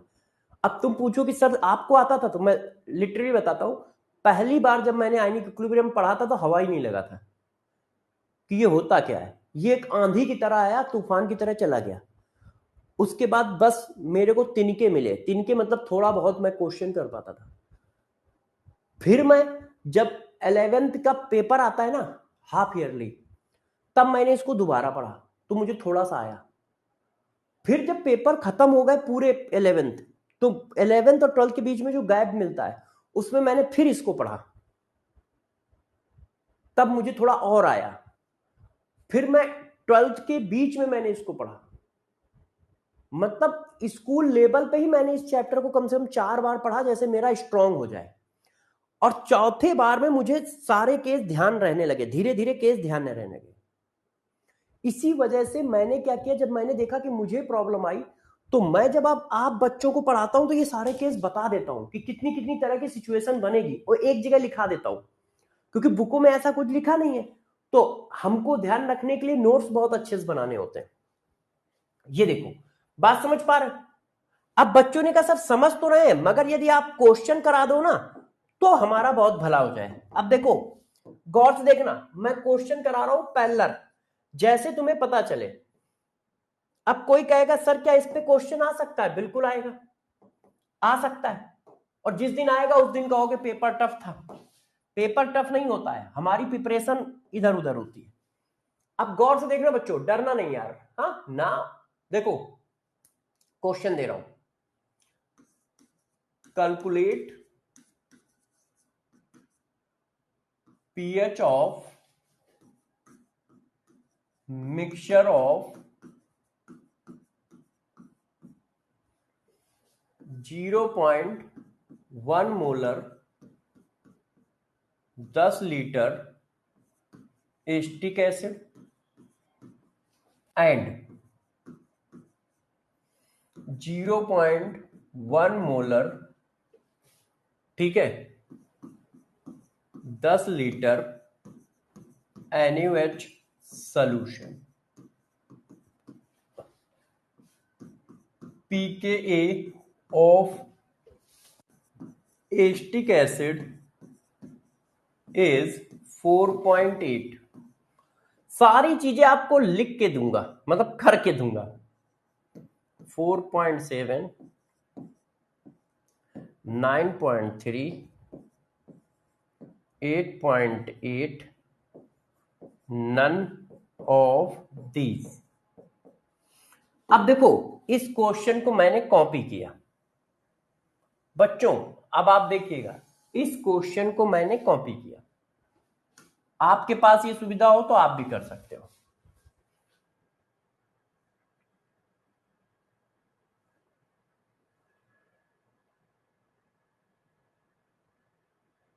ये देखो, अब देखना, अब जादू देखना सब लोग, है ना, परेशान ना होना, जादू देखना। इस क्वेश्चन और इस क्वेश्चन में जरा सा भी डिफरेंस नहीं है, चेक करो। बस मैं एक डाटा कम करूंगा, सिर्फ एक डाटा, और देखना सॉल्यूशन सबका अलग अलग हो जाएगा। एक डाटा कम करूंगा बस, ये 0 हटाया है। पूरे क्वेश्चन में चेक कर लो क्या किया है, सिर्फ 10 लीटर लिखा है, इसको 1 लीटर कर दिया है। अब देखो जादू, अब देखना क्वेश्चन कैसे सॉल्व हो रहा है। जो मैंने पढ़ाया है उस पर फोकस करना है, ठीक है। अब मैंने क्वेश्चन पढ़ना चालू किया। Calculate pH of mixture of 0.1 molar 10 litre acetic acid. अच्छा, ये तो वीक एसिड है। And 0.1 molar 10 litre of NaOH। अच्छा, ये तो स्ट्रॉन्ग बेस है। तो वीक एसिड और स्ट्रॉन्ग बेस 3 चीजें बना सकते हैं, सॉल्ट, बफर, है ना, और बेसिक सोल्यूशन। यदि दोनों बराबर है मोल तो सॉल्ट बनेगा, यदि वीक एसिड एक्सेस में है तो बफर बनेगा। तो अब मैं लगाऊं क्या, इससे पहले मुझे देखना पड़ेगा क्या है। तो एस्टिक एसिड के M इंटू वी किया, तो जब एस्टिक एसिड के M इंटू वी किया तो कितना निकला 10। एस्टिक एसिड का M इंटू वी किया तो कितना निकला 10। चेक करो, M into V 10 mole, M into V 10, दोनों खत्म हो रहे हैं, दोनों खत्म हो रहे हैं। जब रिएक्शन होगी तो दोनों खत्म होंगे। इसका मतलब ये सॉल्ट हाइड्रोलिसिस का केस है। क्यों? एसिड और बेस के मोल बराबर है, एसिड और बेस के मोल बराबर है। तो सोल्यूशन में एसिड है नहीं, सोल्यूशन में बेस है नहीं, सोल्यूशन में सॉल्ट है। तो इसका मतलब ये सॉल्ट हाइड्रोलिसिस का केस है। क्यों? बराबर है। तो मैंने पीएच लगा दिया, पीएच इक्वल टू कौन सा सॉल्ट, वीक एसिड और स्ट्रॉन्ग बेस का सॉल्ट है। उसका फार्मूला है 7 half pK half log C, concentration of salt. 7 half, pK की वैल्यू दे दी आपने 4.8, कंसंट्रेशन की वैल्यू दे दी। अब देखो ये मोल दिया है, हमें कंसंट्रेशन रखना है। मोल डिवाइडेड बाय वैल्यूम, 10 लीटर और 10 लीटर 20 लीटर। भाई इसको कंसंट्रेशन बनाओगे ना तो वैल्यूम से डिवाइड किया, 7 2.4 और log 2, log 1/2। 1/2 को हम सब लोग क्या लिख देंगे -2, और log माइनस, ये देखो इसको ऊपर लाए 10 की पावर -1, -1 आगे आ गया तो log 2 की वैल्यू 0.3, तो इसमें 0.3 माइनस कर दो तो ये आ रहा है 9.1। कैलकुलेशन चेक कर लेना, 9.3 आंसर है, 9.1 आंसर नहीं है। 1 मोल होगा ना गुरुजी, 1 मोल कैसे होगा? हाँ हाँ हाँ सॉरी, ये सही कह रहा है। कौन कह रहा है? गरिमा यादव बेटा, बिल्कुल सही। गरिमा बिल्कुल सही कह रहे हो यार, ये मेरी आंखों का धोखा है, मतलब मिस्टेक है, गलत किया है मैंने, है ना, ये मैंने गलत किया है। 1 मोल होगा, बिल्कुल सही कह रहे हैं बच्चा। अब तो आंसर में चेंज भी आएगा, 1 मोल होगा। बात समझ पाए यार? ये मैं 0.1 देखना भूल गया, M इंटू वी करोगे तो पॉइंट भी लगाए ना तो 1 मोल, 1 मोल इसके 1 मोल इसके। आफ्टर रिएक्शन ये 0 हो गया, ये 0 हो गया, ये बना, तो यहां 1 मोल आएगा। अब यहां पर भी चेंज हो जाएगा। अब यार ये क्या होगा log 1, अब यहां घटतरे की घंटी है, रुक जाओ, अब इसको लिखना पड़ेगा मुझे अच्छे से। अब देखो बच्चों, इसको क्या करोगे, पावर ऊपर ले आओगे तो माइनस log 20 आ गया, इसको ऊपर ले आए तो 20 की पावर -1, माइनस आगे आ गया, ये देखो, अब इसको सॉल्व करो तो बताओ भाई माइनस लॉग 20 की वैल्यू कितनी होती है? ये अभी आंसर चेंज हो रहा है, रुक जाओ, ये आंसर नहीं है। बताओ बच्चों माइनस लॉग 20 की वैल्यू कितनी होती? तो 20 को कैसे निकालोगे? लिखोगे 2 इंटू लॉग 10, 2 इंटू लॉग 10। तो 2 इंटू लॉग 10 जब लिखोगे तो लॉग 2 की वैल्यू 0.3 और लॉग 10 की वैल्यू 1। अरे मैं लॉग 20 को ऐसे लिख दे रहा हूं प्रभु, ऐसे लिखा और फिर मैंने ऐसे लिख दिया, log 2 की वैल्यू 0.3 और log 10 की वैल्यू 1। तो अब ये कितना आया? मैं इधर कर, नहीं उधर तो उस वाला क्वेश्चन लगा है, इसको यहां रफ कर दूं, उधर तो वाला लगा है। अब इसकी वैल्यू डालो तो देखो 9.4 माइनस 1.3, तो 9.4 माइनस 1.3 का मतलब क्या हुआ? 13 है, 13 का मतलब ये। अब इसको माइनस कर दो तो 0 से 5 गया, 0 से 5 गया 5, मतलब 10 कर दिया, और ये 3 हो गया, 3 से 6 गया, 3 से मतलब 13, 13 से 6 गया, कितना बचा?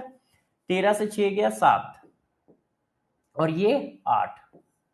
ऐसा कहीं आंसर है? लगभग ये आंसर है ना?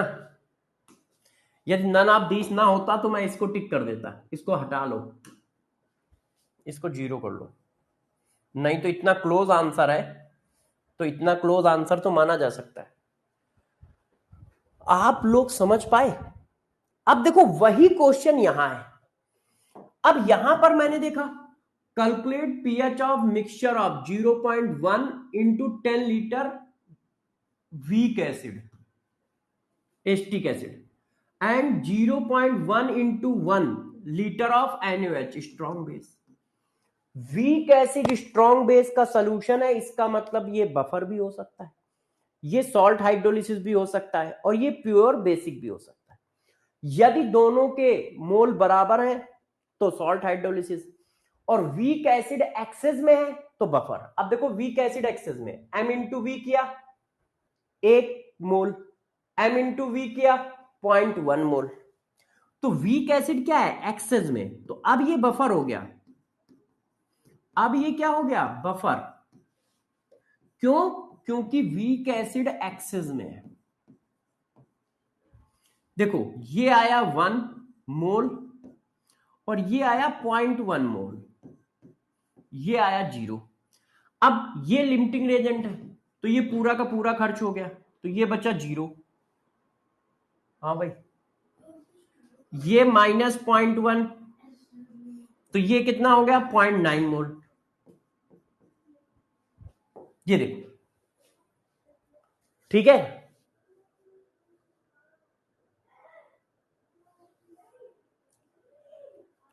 हाँ, अब जरा देखो ये, अब ये जितना ये खर्च होगा उतना ये बनेगा, तो ये 0.1 मोल बना। अब आप चेक करो सॉल्यूशन में क्या क्या बच रहा है।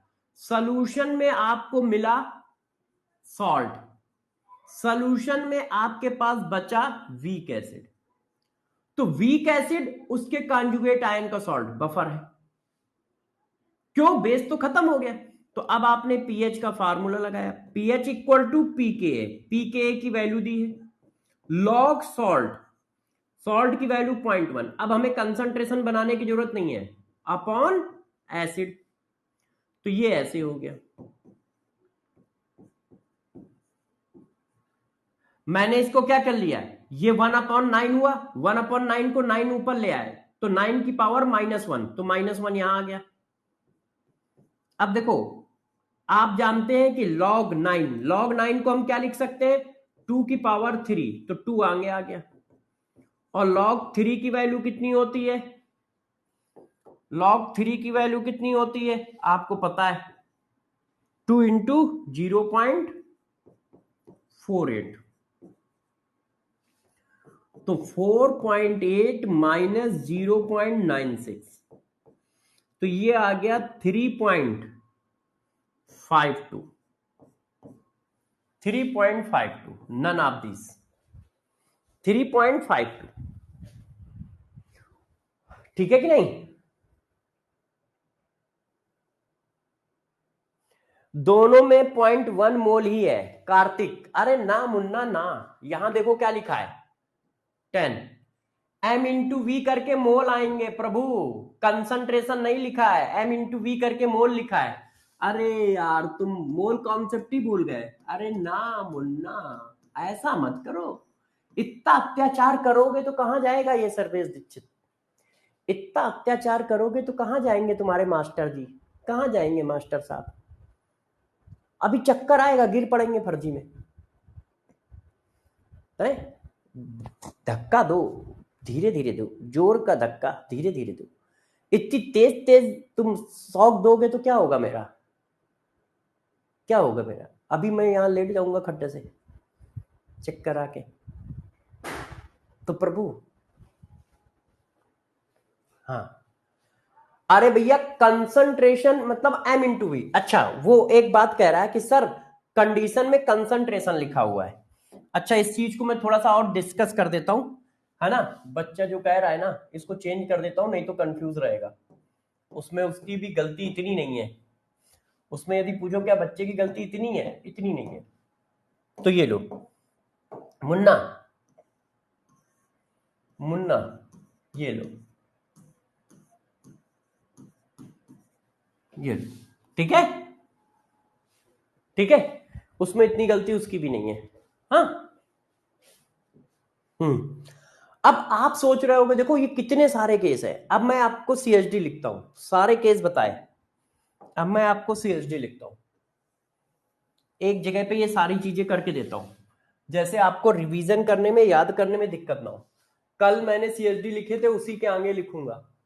तो आज मैंने पढ़ाया क्या है, आज मैंने कहां से स्टार्ट किया था, बफर क्या होता है ये बताया, फिर मैंने बताया अच्छा और कौन सी कंडीशन बफर की हो सकती है, मतलब आज सारा डरावना ही पढ़ाया है शुरू से, आज जब से क्लास स्टार्ट हुई है डरावना डरावना ही पढ़ाया है। ओके देखो, तो अब हमने पढ़ाया है mixture of acid and base, जब आप एसिड और बेस को मिलाओगे तो क्या क्या हो सकता है, तो मैंने आपको एक एक करके सिखाया, गौर से देखिए, ठीक है। मैंने बताया केस 1, यदि आपके पास वीक एसिड स्ट्रॉन्ग बेस का मिक्सचर है तो आपके पास क्या क्या हो सकता है। केस 1 पहला,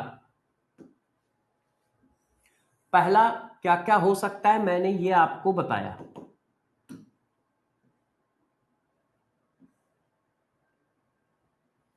मैंने कहा यदि वीक एसिड के मोल और स्ट्रॉन्ग बेस के मोल बराबर है तो वो सॉल्ट हाइड्रोलिसिस का केस होगा। वो क्या होगा, वो सॉल्ट हाइड्रोलिसिस का केस होगा, सॉल्ट हाइड्रोलिसिस का केस होगा, है ना, सॉल्ट हाइड्रोलिसिस का केस होगा। और उसका पीएच आप निकालोगे इस फार्मूले से, मैंने आपको ये बात बताई पहला। दूसरा मैंने ये बताया, मेनली दो ही है, दूसरा मैंने ये बताया यदि वीक एसिड के मोल और मोल, देखो वीक एसिड के मोल ज्यादा है एक्सेस में और स्ट्रॉन्ग बेस के मोल कम है, मतलब ये एलआर है ये एक्सेस रिएजेंट, तो बफर सॉल्यूशन का केस होगा, बफर सॉल्यूशन का केस होगा। और पीएच इक्वल टू लगेगा p K a plus log salt upon acid concentration, ये फार्मूला लगेगा, ऐसे है, ये फार्मूला आपका लगेगा। क्लियर है। अब फिर मैंने इसी में बताया कि यदि मान लो केस ऐसा है,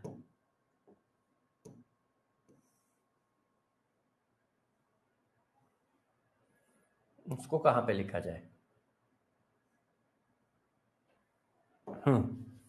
यदि मान लो केस ऐसा है,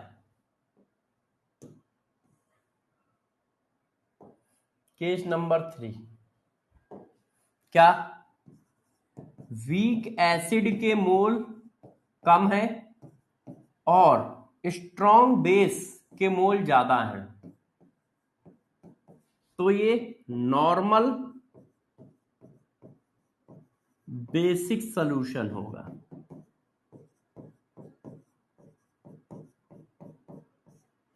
जिसका पीओएच निकलेगा minus log OH N concentration से, और पीएच निकलेगा -14 माइनस पीओएच। क्यों? सॉल्यूशन कैसा है? बेसिक। सॉल्यूशन कैसा है? बेसिक। ये बात मैंने आपको पढ़ाई। अब देखो केस नंबर 2। केस नंबर 2 क्या है? मान लो सॉल्यूशन इस कैटेगरी का है। क्या? देखो, weak base plus strong acid, तो उसमें भी ये 3 केस होंगे। अब ये 3 केस होंगे उसमें भी। अब ये कहां लिखा जाए? बच्चों मैं अलग पेज पे लिख दूं, क्योंकि अच्छा अच्छा लिखूं साफ साफ, है ना? अच्छा अच्छा लिखूं साफ साफ। देखो मैं इसी को कॉपी कर रहा हूं, CSD। अब मैं यहां चेंज कर दे रहा हूं, अब यहां चेंज हो जाएगा।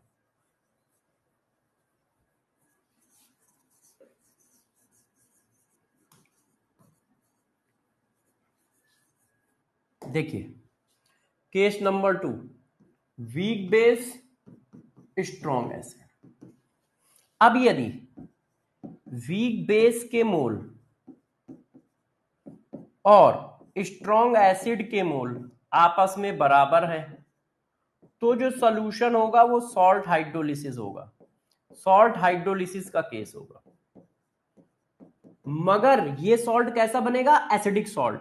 एसिडिक सॉल्ट बनेगा तो इसके पीएच का फार्मूला ये लगेगा, क्योंकि ये एसिडिक सॉल्ट बना। एसिडिक सॉल्ट के पीएच का फार्मूला ये होता है, pH equal to 7 minus pKb minus half log C। अब मान लो बच्चों mole of weak base,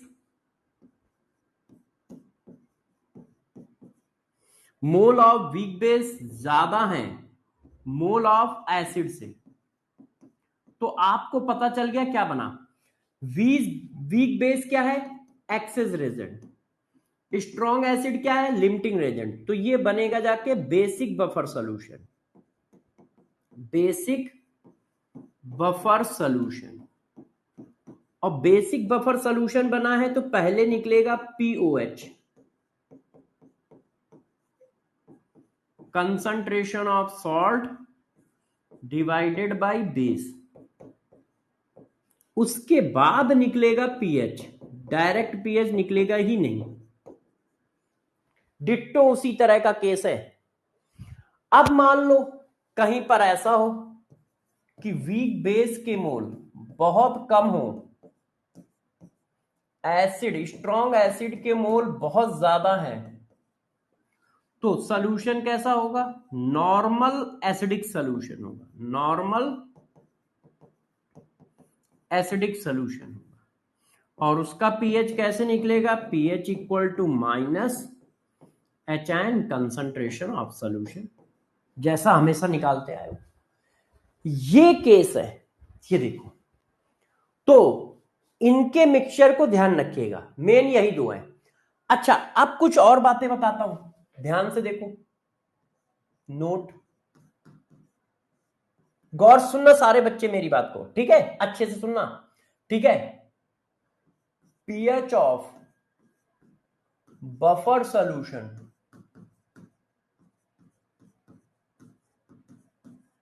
does not change on dilution। Dilution करने पर बफर सॉल्यूशन का पीएच चेंज नहीं होता है। एडिशन ऑफ वाटर या सॉल्वेंट। ऐसा क्यों बताओ? मान लो ये बफर सोल्यूशन है, गौर सुनना, मान लो ये बफर सोल्यूशन है। अब इसमें मैं आधा लीटर पानी डाल दूं तो इसका पीएच नहीं चेंज होगा, और जबकि नॉर्मली तो होता है, बफर में ऐसा नहीं होता है। क्यों नहीं होता है? नॉर्मली तो ऐसा होता है। अब देखो क्यों नहीं होता है, देखो क्या लिखा है, कंसंट्रेशन डिवाइडेड बाय कंसंट्रेशन। तो पहले सॉल्ट के मोल में 5 से डिवाइड था, एसिड के मोल में 5 से डिवाइड था। अब तुमने पानी मिला दिया तो सॉल्ट के मोल में 10 से डिवाइड है, एसिड के मोल में 10 से डिवाइड है, वो तो कट ही जाएगा। तो वॉल्यूम का टर्म ही नहीं है, वॉल्यूम का टर्म ही नहीं होता है बफर वाले फार्मूले में। इसलिए आप वॉल्यूम को चाहे जितना बढ़ाओ चाहे जितना घटाओ, पीएच चेंज ही नहीं होगा। मोल चेंज करोगे तो चेंज होगा। तो डाइल्यूशन करने पर बफर सॉल्यूशन का पीएच चेंज नहीं होगा, अब जबकि सॉल्ट का चेंज हो जाएगा, इस वाले सॉल्यूशन का चेंज हो जाएगा। क्यों? क्योंकि तुम डाइल्यूशन करोगे तो कंसंट्रेशन चेंज हो जाएगा। अब यहां कोई कंसंट्रेशन का रेशियो थोड़ी लिखा है, यहां पे लिखा है। तो क्या ये बात समझ पा रहे हो? यदि बफर सॉल्यूशन को डाइल्यूट कर रहे हो तो पीएच चेंज नहीं होगा। वो ऐसा क्वेश्चन पूछेगा कि देखो ये एक सॉल्यूशन है जिसका पीएच इतना है, यदि इसको मैं 10 टाइम डाइल्यूट कर दूं तो पीएच कितना होगा? तो यदि वो बफर सॉल्यूशन है तो उसका पीएच नहीं चेंज होगा, उतना ही रहेगा। क्यों? क्योंकि ये कंसंट्रेशन का रेशियो लिखा है, ये ऐसे ही तो लिखा जाएगा, mole of salt divided by volume, mole of acid divided by volume. तो वॉल्यूम का टर्म तो कट गया, है ही नहीं, तो इसका मतलब ये आंखों का धोखा है। फिर देखो ये लिखा है mole of salt divided by mole of acid, ये क्या लिखा है, mole of salt divided by mole of acid. ये तो सिर्फ हमें परेशान करने के लिए दिखाया गया है। पीएच रॉन्ग है इक्वल वाले में,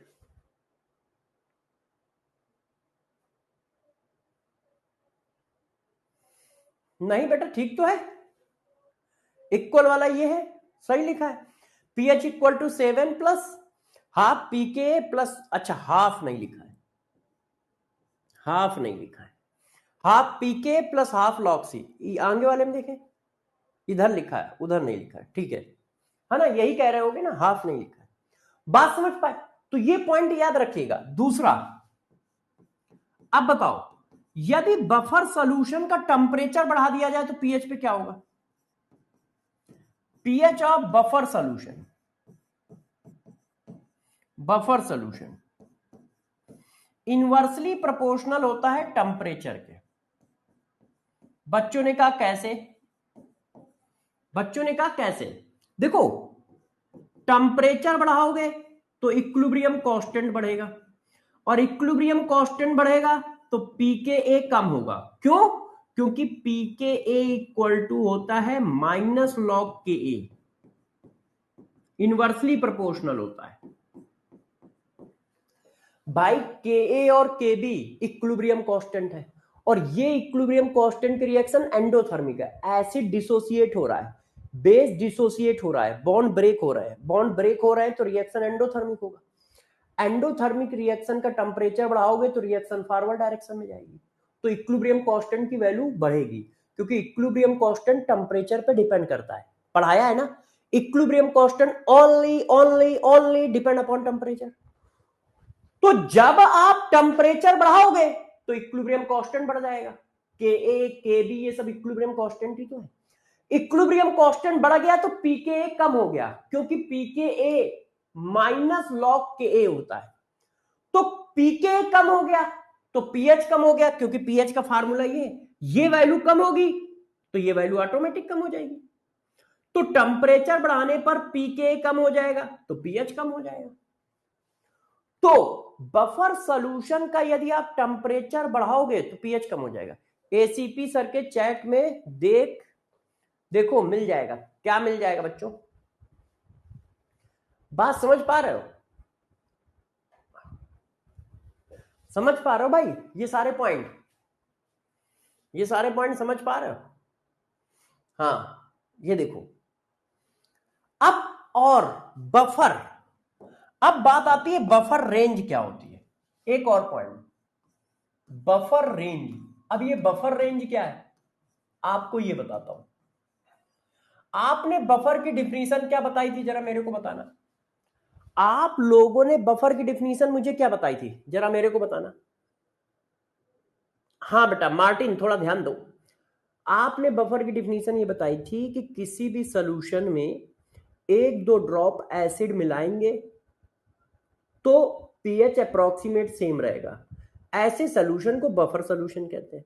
यही तो बताया था कि वो सॉल्यूशन जिसमें 1-2 ड्रॉप एसिड या बेस मिलाने से पीएच चेंज ना हो, ऐसे सॉल्यूशन को हम बफर सॉल्यूशन कहेंगे। यही आपने कहा था, मैंने कहा हाँ।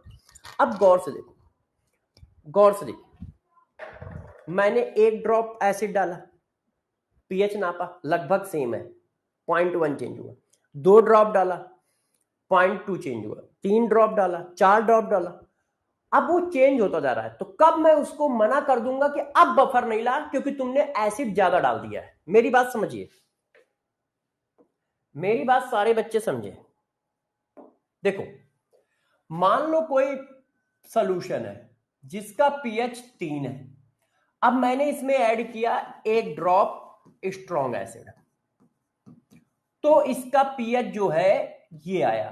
तो आपने कहा यार पीएच लगभग सेम है, ये देखो आपने कहा पीएच लगभग सेम है, अभी ये बफर है, एसिड मिलाने से पीएच नहीं चेंज हो रहा है, तो ये सॉल्यूशन बफर है। मैंने 2 डाल दिया, 2 ड्रॉप डाला स्ट्रॉन्ग एसिड, तो इसका पीएच इतना आया। आपने कहा यार लगभग अभी भी सेम है, इसको हम बफर नहीं बोलेंगे, मतलब इसको बफर बोलेंगे। 2 ड्रॉप एसिड डाला, पीएच लगभग सेम है, मैंने कहा ठीक है, मैंने 1 ड्रॉप और बढ़ा दी, 3 ड्रॉप एसिड डाल दिया, पीएच ये आ गया। आपने कहा नहीं नहीं यार अभी भी सेम है, मैंने कहा ठीक है, 10 ड्रॉप डाल दी, पीएच ये आ गया। तो आप कब तक उसको बफर बोलोगे और कब तक नहीं बोलोगे, क्योंकि मैंने ये नहीं कहा है कि स्ट्रॉन्ग एसिड स्ट्रॉन्ग बेस मिलाने से पीएच चेंज ही नहीं होता है, कांस्टेंट होता है। मैंने कांस्टेंट कभी नहीं बोला है, मैंने अप्रोक्सीमेट सेम बोला है, और हमेशा 1-2 ड्रॉप की बात की है। अब भाई आपके हाथ में ड्रॉप है, आपने 1 डाला, 2 डाला, 3 डाला, अब इसको हम कब तक बफर बोलेंगे और कितने एसिड के बाद हम इसको बफर बोलेंगे ही नहीं। क्यों? क्योंकि तुमने ज्यादा एसिड और ज्यादा बेस मिला दिया है, तो उसको कहते हैं बफर रेंज। तो बफर रेंज क्या होती है जरा देखो, बफर सॉल्यूशन की रेंज होती है जब तक उसका पीएच इतना ना चेंज हो। यदि उसका पीएच इतना चेंज हो रहा है प्लस माइनस पीके, मतलब बफर रेंज है पीके ए -1 से लेके पीके ए +1 तक, ये बफर रेंज है। मतलब उसका जो पीएच था उसमें +-1, बफर रेंज होती है पीएच में +-1। मैं अभी समझाता हूं थोड़ा सा, pH of solution into +-1, pH of solution into +-1। मतलब उनका कहना है कि किसी बफर का पीएच 6 है, अब आप उसमें स्ट्रॉन्ग एसिड मिला रहे हो, तो हम तब तक बफर बोलेंगे जब उसका पीएच 5 से कम ना हो जाए या 7 से ज्यादा ना हो जाए, तब तक हम उसको बफर बोलते रहेंगे, तब तक हम उसको बफर बोलते रहेंगे। ठीक है। अब बफर रेंज को कंसंट्रेशन के टर्म में कैसे लिखा जाता है, अब देखिए मैं यहां लिख दे रहा हूं, buffer range in term of concentration.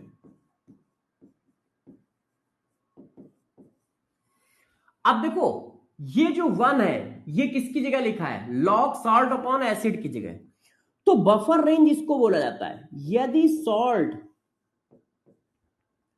Upon acid के कंसंट्रेशन का रेशियो, गौर सुनना, सॉल्ट अपॉन एसिड के कंसंट्रेशन का रेशियो 1/10 से लेके 10 के बीच में लाई कर रहा है तो बफर है, और यदि इनके बीच में लाई नहीं कर रहा है तो फिर ये बफर सॉल्यूशन नहीं है। यदि इनके बीच में लाई नहीं कर रहा है तो फिर ये बफर सॉल्यूशन नहीं है। यदि 1/10 और 10 के बीच में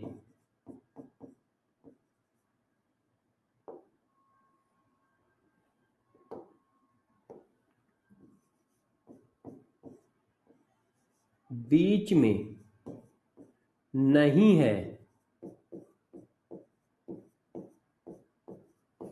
तो वो बफर सॉल्यूशन नहीं है, बफर सॉल्यूशन नहीं है। ये देखो, पीएच के फॉर्म में बफर रेंज क्या है? पीएच के फॉर्म में बफर रेंज क्या है? पीएच के फॉर्म में बफर रेंज क्या है? -1 से लेके +1, पीएच -1, पीएच +1, या इसी को कह सकते हो पीकेए -1 से लेके पीकेए +1 तक। इसी को जब कंसंट्रेशन के टर्म में लिखोगे तो वो आएगी concentration of salt upon acid का रेशियो, यदि 1/10 से लेके 10 के बीच में है तो वो बफर सोल्यूशन है। यदि 1/10 से लेके 10 के बीच में नहीं है तो वो बफर सोल्यूशन नहीं है, तो वो बफर सोल्यूशन नहीं है। जरा ध्यान दीजिए, तो वो बफर सोल्यूशन नहीं है। अच्छे से ध्यान दीजिए, ये एक अलग चीज चल रही है।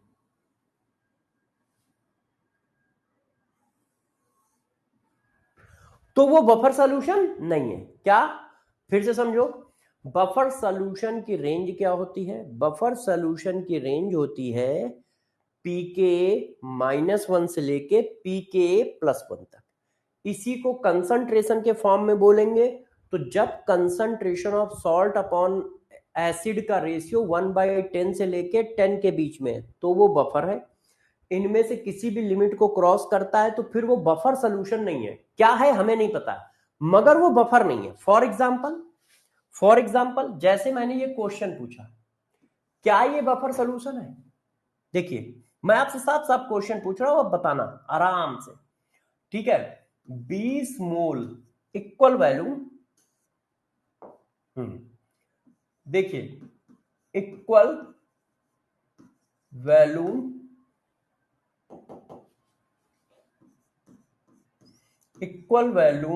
Of mixture of 100 mole acetic acid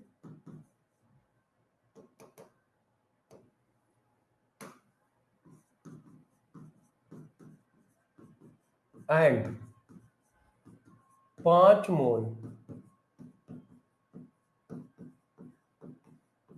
sodium acetate solution. Select correct option A, mixture is a buffer solution. जो ये मिक्सचर है ये बफर सॉल्यूशन है। B, mixture is not a buffer solution.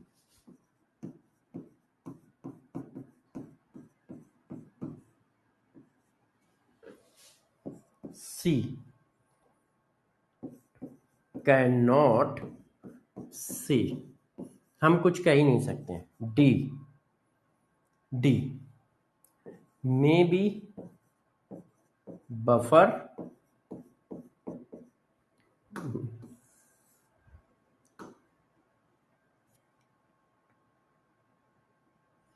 None of this. अब बताओ, अब हमें कैसे पता चलेगा ये बफर है नहीं? कंपोजिशन बफर का है, देखो वीक एसिड है और उसका सॉल्ट है, कॉन्जुगेट आयन का सॉल्ट, तो यार ये तो बफर का कंपोजिशन है। तो सिर्फ कंपोजिशन से नहीं होता है, उस बफर की रेंज में भी होना चाहिए। सिर्फ कंपोजिशन से काम नहीं चलेगा। ध्यान रखना कि सिर्फ तुमने कंपोजिशन देखा तो बफर है, यदि सिर्फ कंपोजिशन दिया है, न्यूमेरिकल डाटा नहीं दिया है, तो हम कंपोजिशन देख के आंसर बताते हैं। भाई अभी तक हम बता के आए हैं कि acetic acid plus sodium acetate क्या है, बफर है।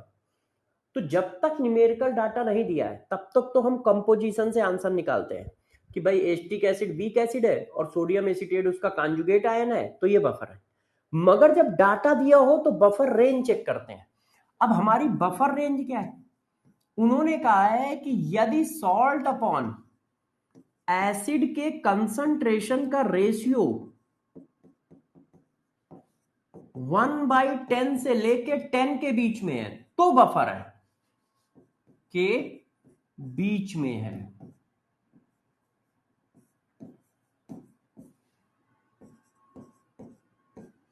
तो बफर है, तो बफर सॉल्यूशन।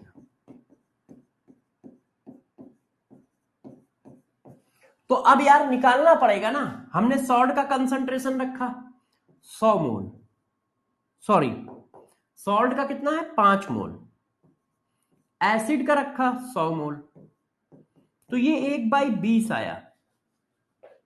तो ये देखो 1/10 के बीच में नहीं है, नहीं है, इसका मतलब ये बफर सॉल्यूशन नहीं है, बफर सॉल्यूशन नहीं है।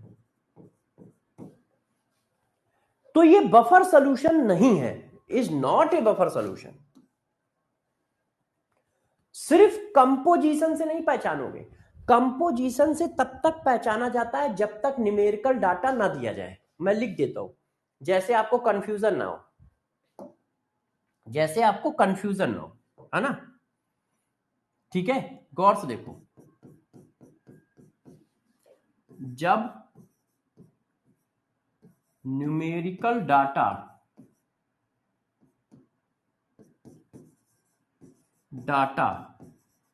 नहीं दिया होता है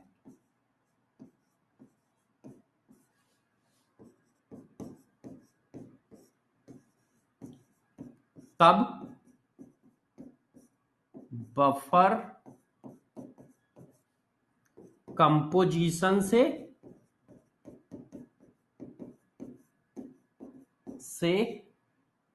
निकालते हैं। एक मिनट रुक जाओ, निकालते हैं कि बफर है या नहीं। समझ रहे हो ना, जब न्यूमेरिकल डाटा नहीं दिया होगा तो कंपोजिशन से निकालते हैं कि ये बफर है या नहीं। मगर यदि न्यूमेरिकल डाटा दिया है तो न्यूमेरिकल डाटा चेक करोगे कि कंपोजिशन, कि वो बफर रेंज के बीच में आ भी रहा है कि नहीं आ रहा है, कि वो बफर रेंज के बीच में आ भी रहा है कि नहीं आ रहा है। हाँ, आप इस तरह के क्वेश्चन मैंने इसमें डाल रखे हैं, इस तरह के क्वेश्चन मैंने बुक में डाल रखे हैं, जैसे आपके कॉन्सेप्ट अच्छे से क्लियर हो पाए, गड़बड़ ना कर पाओ आप, जैसे आपके क्वेश्चन मतलब आप गलती ना कर पाओ। पेपर में आएगा जरूर, पेपर में ये सब आएगा। ये देखिए, देखो यहां कंसंट्रेशन लिखा है, which of the following is not a buffer, 0.4 m H2S, 0.4 m KSHS। ये सब क्वेश्चन कल कराऊंगा भी जब ये खत्म हो जाएगा, है ना। मतलब हर कॉन्सेप्ट पर मैंने एक एक क्वेश्चन डाला है। जैसे क्या है कि जब तुम ये रिवाइज करो, ये करो बुक, तो आपके सारे कॉन्सेप्ट रिवाइज हो जाए, और एक एक बार नहीं, दो दो बार, और लिमिटेड क्वेश्चन में। ऐसा नहीं है कि 500 क्वेश्चन है तो 500 क्वेश्चन बेचारा बच्चा करेगा कैसे। जूलॉजी भी करनी है, बॉटनी भी करनी है, फिजिक्स भी करनी है, केमिस्ट्री भी करनी है। तो आपको मिनिमम क्वेश्चन मिले, सारे अच्छे क्वेश्चन मिले, और उनको करने से आपके पूरे कॉन्सेप्ट 2-3 बार रिवाइज हो जाए और क्वेश्चन का स्टैंडर्ड भी अच्छा हो। तो ये नीट एडवांस बुक उसी के लिए बनी है। जैसे आप 2 से 3 बार पेपर से पहले इसको आराम से कर पाओ, क्योंकि हर चैप्टर में लिमिटेड क्वेश्चन है। ठीक है, तो सारे बच्चे इसको ले ले, इसको करना है हम लोगों को, इसको करना है। अब मैं होमवर्क दे देता हूं, ठीक है, कल ये चैप्टर खत्म हो जाएगा और कल मैं इसकी प्रैक्टिस भी कराऊंगा। कल ये चैप्टर खत्म हो जाएगा, मैं होमवर्क दे देता हूं, ठीक है। होमवर्क लिख लो बच्चों,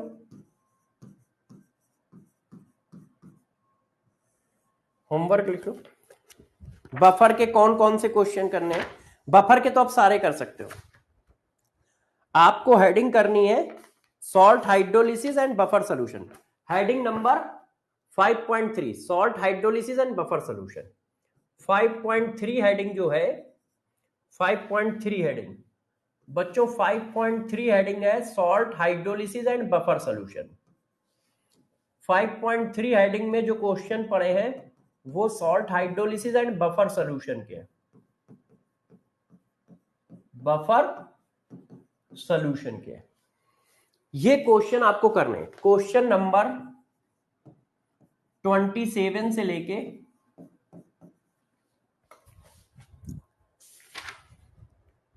52 तक, 27 से 52 तक ये क्वेश्चन करना, और इसके सॉल्यूशन भी मैंने ही बनाए हैं, तो आपको दिक्कत नहीं आएगी। जैसा मैं पढ़ाता हूं वैसे ही सॉल्यूशन लिखे हैं। जिसके पास बुक नहीं है वो बिल्कुल परेशान ना हो, वो जिसके पास बुक नहीं है वो बिल्कुल परेशान ना हो, डीपीपी करे, ठीक है। और कोई और बुक है, कोई और पैकेज है, वो भी करो, ऐसा जरूरी नहीं है। यदि देखो आपके पास यदि आर्थिक क्षमता है तो लो, नहीं तो ऐसा कोई जरूरी नहीं है, ठीक है। चलो अब हम लोग नेक्स्ट क्लास में मिलेंगे, क्योंकि फिजिक्स की क्लास के लिए बहुत लेट हो रहा है। नेक्स्ट क्लास में कल ये चैप्टर खत्म हो जाएगा, परसों से नया चैप्टर चालू होगा। आप इसको थोड़ा रिवाइज कर लीजिएगा, क्योंकि आज जो पढ़ाया वो सब खतरनाक चीज है। आज जो पढ़ाया वो सब खतरनाक चीज है। पहली बार जब भी पढ़ाते हैं तो बच्चों को थोड़ा सा टेंशन होता है कि सर समझ में तो सब आ गया है, मगर ये मेरे को कितनी देर तक याद रहेगा। प्रॉब्लम यहां होती, समझ तो सारे बच्चे लेते हैं, टैलेंटेड होते हैं कि हाँ सर इस केस में ऐसा करेंगे, इस केस में ऐसा करेंगे, मगर ये सारे केस दिमाग में कितनी देर तक रुकेंगे, बस प्रॉब्लम यहां होती है। तो ज्यादा बार रिवाइज करने से ज्यादा देर तक रुकेंगे, और बस हो गया। हाँ बेटा, डीपीपी मैं अपलोड करा दूंगा, 2-3 दिन से बहुत बिजी चल रहा था, डीपीपी मैं जल्दी अपलोड करा दूंगा, ठीक है। Bye bye, bye bye. शाम को 5 बजे वाईटी पे मिलूंगा ऑर्गेनिक के साथ, आईपीएसी नेम खत्म करेंगे, शाम को 5 बजे वाईटी पे मिलेंगे।